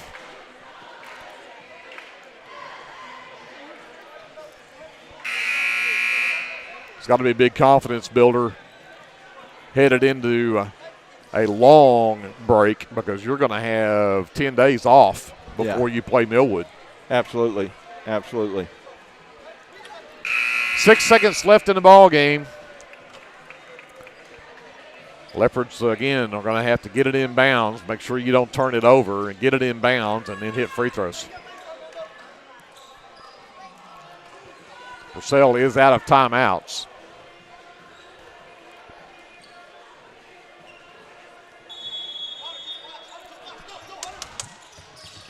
Inbounds comes to Cater. They'll throw it to the other end of the floor. Stolen away by Colburn, but out of bounds. 2.7 left on the clock, and it's pretty much done now. The Leopards are going to pick up win number 16 on the season.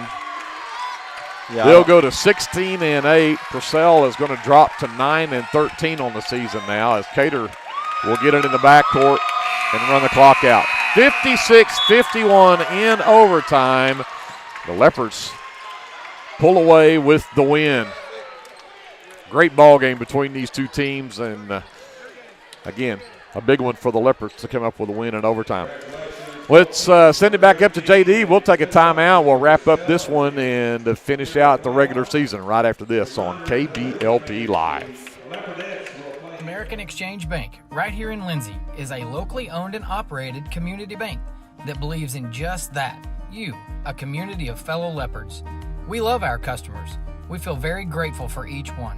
So if you are looking for a safe place to put your money, need help achieving that next dream project, or are simply looking for a different banking experience, give us a call at 405-756-3101. We look forward to serving you each day. Member FDIC and Equal Housing Lender. For over 68 years, Winans Funeral Home in Maysville, Oklahoma, has been serving families in the area during their greatest time of need. the loss of a loved one. We treat each family as if they were our own and consider it a true calling to minister to each and every family that calls upon us. We don't take caring for your loved one and your family lightly. Your care is important to us. Call on us 24 hours a day, 7 days a week, where our staff can assist your family with immediate need with the loss of a loved one, pre-need arrangement planning, pre-need burial insurance, along with questions regarding funeral burial trust accounts, Veterans Administration, and Social Security benefits questions. Myself, John W. Williams, Teresa, and Claudia are well experienced in these areas and will be more than happy to assist you in any way we can. Winans Funeral Home in Maysville, where you are family. El Unico Taco Truck is ready to curb your hunger. The traveling taco truck has locations in Lindsay and Blanchard and is available for catering services. You can contact El Unico to book your next event at 405-760-0821. El Unico enjoys supporting all of our leopards with their Taco Tuesdays. Reach out to El Unico for your next event. This is Dr. Matt Shelton with Lindsay Family Dentistry. I'm a 1997 graduate of Lindsay High School and have been practicing dentistry in Lindsay since 2006. We welcome you to come to our dental practice so we can help you and your family with all your dental needs. We offer dental services for everyone at every age, from braces to aligners to crowns, bridges, dentures, and implants. Give us a call today at 405-756-4093 or stop by at 102 Southwest 7th Street and let us give you the healthy, beautiful smile you've always dreamed of. Back to wrap up an exciting boys game. It went to overtime before the Leopards pulled out a 5-point win, 56-51, the final score here in overtime. Looking at the final numbers that are officially unofficial, of course. Seth Bunch led the way for the Dragons. He ended up with 3 threes in the ball game and 17 points to lead the way for Purcell. They had 2 players in double figures. Braden Tharp, the other one, finishes with 13. He had 9 in the first half and then was held scoreless until that overtime period. He did score 4 in the overtime, but finishes with 13 in the ball game. 9 points from Drew Blair, 5 from Jamie Resendez, all in the first half, and then he ended up fouling out with 3:40 left in that overtime period. 3 apiece from Kieston Martin and Kanan Colburn, and then a free throw from Kyler Ranger rounds out the scoring for Purcell. I had them 4 of 7 from the charity stripe. Yep. For the Lindsay Leopards, 3 players in double figures, and they all had 13 points. Isaac Cameron, Hunter Russell, and Bryce Cater all finished with 13 in the ball game. Bryce had a couple of threes. Hunter Russell went 3 for 3 from the three-point line in that first quarter and had 9 at halftime, finishes the game with 13, had a couple of big free throws in that overtime period. And again, what do you say about Isaac Cameron? 10 of his 13 came in the second half, and 6 of those 10 came in the overtime period where he was 4 for 4 from the free throw line. He ends up, 7 of 8 from the charity stripe. Again, just excellent free throw shooting from Cameron. Aids him in his way to 13 points. And then Armando Hernandez had 9. He had a 3 in that third quarter, but he had 9 all in that second half. And then round out the scoring with Crew Flood with 4. Gus Torres also finished the game with 4 points for the Leopards. Leopards end up -6 on the glass, 25-19. They were out-rebounded, and the turnovers were ugly for both teams. 22 for the Leopards and 16 for Purcell. That was send it over to Glenn. Let's talk about the shooting numbers. Well, Purcell shot really well in the first half there, 46% in the first half, but not so good in the second half. They were only 8 for 30 from the field in the second half, but that breaks down to 13 for 38 from two-point range for 34%, 7 for 18 from three-point range for 39%, and so that makes it 20 for 56 from the field for 36%. Leopards shot great the second half. They were 10 for 22, almost 50%. From two-point range for the game, they were 13 for 23 for 57%, 6 for 16 from three-point range for 38%, and that's a total of 19 for 39 from the field for 49%. So not a bad shooting night at all. In fact, a pretty good shooting night for the Leopards. First half, 53%, and shot almost that the second half. Some individual numbers. Armando Hernandez finishes 4 for 6 from the field. Isaac Cameron finishes 3 for 9, but his contribution, like you said, was from the free throw line, where he was 7 for 8 from the free throw line. Crew Flood, 2 for 4 for Crew, and Hunter Russell, 4 for 10. And Bryce Cater, 5 for 12. None bigger than that that shot from right about there over two people falling backwards to send it to overtime. And then Gus Torres, 2 for 2 from the field. So good night for the Leopards, good win. You definitely want to win that game when you got almost 2 weeks off. Because you sure don't want to sit and think about a loss. Oh, exactly. And, again, to come away with that big win like that after you dropped one to Purcell earlier, to come back and get that one in overtime was big. And just hats off to the Leopards to fight. And, again, you did all of that without probably your leading three-point shooter sitting on the bench. You got Craig Taylor on the bench with an ankle sprain.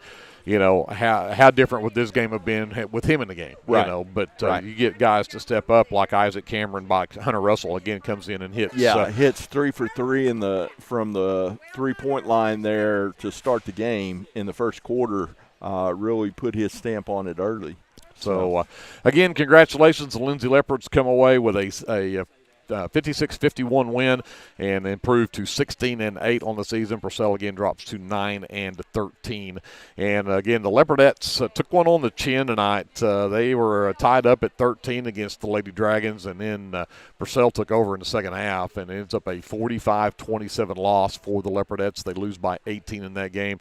Did not have a player in double figures. Cannon Russell did finish with 9 in the ball game, and Leslie Wilmot, who fouled out late in that fourth quarter, finished with 7. But again, the Leopardettes dropped to 17-7 on the season. But the Leopardettes will be playing this Friday night. They'll be back here in Leopard Arena for the district championship to take on Crossings Christian. That game will be at 6 o'clock p.m. So make sure you make plans to either be here at Leopard Arena for that. If you can't, hey, make sure you're right here with us on KBLP Live, where we'll bring you all the action for Leopard Arena. We'll get that game on Friday night, and then the following Thursday we will also get the opening round of the regional tournament right here at Lindsay. Mm-hmm. So we'll be here for that one. The Leopards already know they're going to play Millwood that night at 7:30. We'll see if the Leopardettes can punch their ticket to the semifinal game at 6 o'clock that night. But that'll all be decided Friday night. We'll talk more about that then. Yep. But Glenn, great job. Hey, you too. And so Glenn and I will be back on Friday night for that. Big thank you to J.D. Scruggs as well on the live stream. Andrew, ESPN2 Lion, up on the camera. Kevin Scruggs up there as well. And all of us at KBLP, for Jason Wallenberg, Colton Harrell, and all of us. My name is Greg Peary. I'll say goodnight from Leopard Arena. We'll start the playoffs next time I see you here on Friday night. Until we see you then, remember, whatever you do, always be a good sport. American Exchange Bank, right here in Lindsay, is a locally owned and operated community bank that believes in just that, you, a community of fellow Leopards. We love our customers. We feel very grateful for each one. So if you are looking for a safe place to put your money, need help achieving that next dream project, or are simply looking for a different banking experience, give us a call at 405-756-3101. We look forward to serving you each day. Member FDIC and Equal Housing Lender. Legends Pub House and Venue is your one-stop shop for good food and good entertainment. Come see us in Chickasha and stay tuned to our website for all of our upcoming events and shows. Capturing all your special moments is such a blessing to me, from running down the ball field to walking down the aisle. Call or text Photography Blessings by Lacey for all your photography needs. 405-428-0305. Go Leopards and Leopardettes.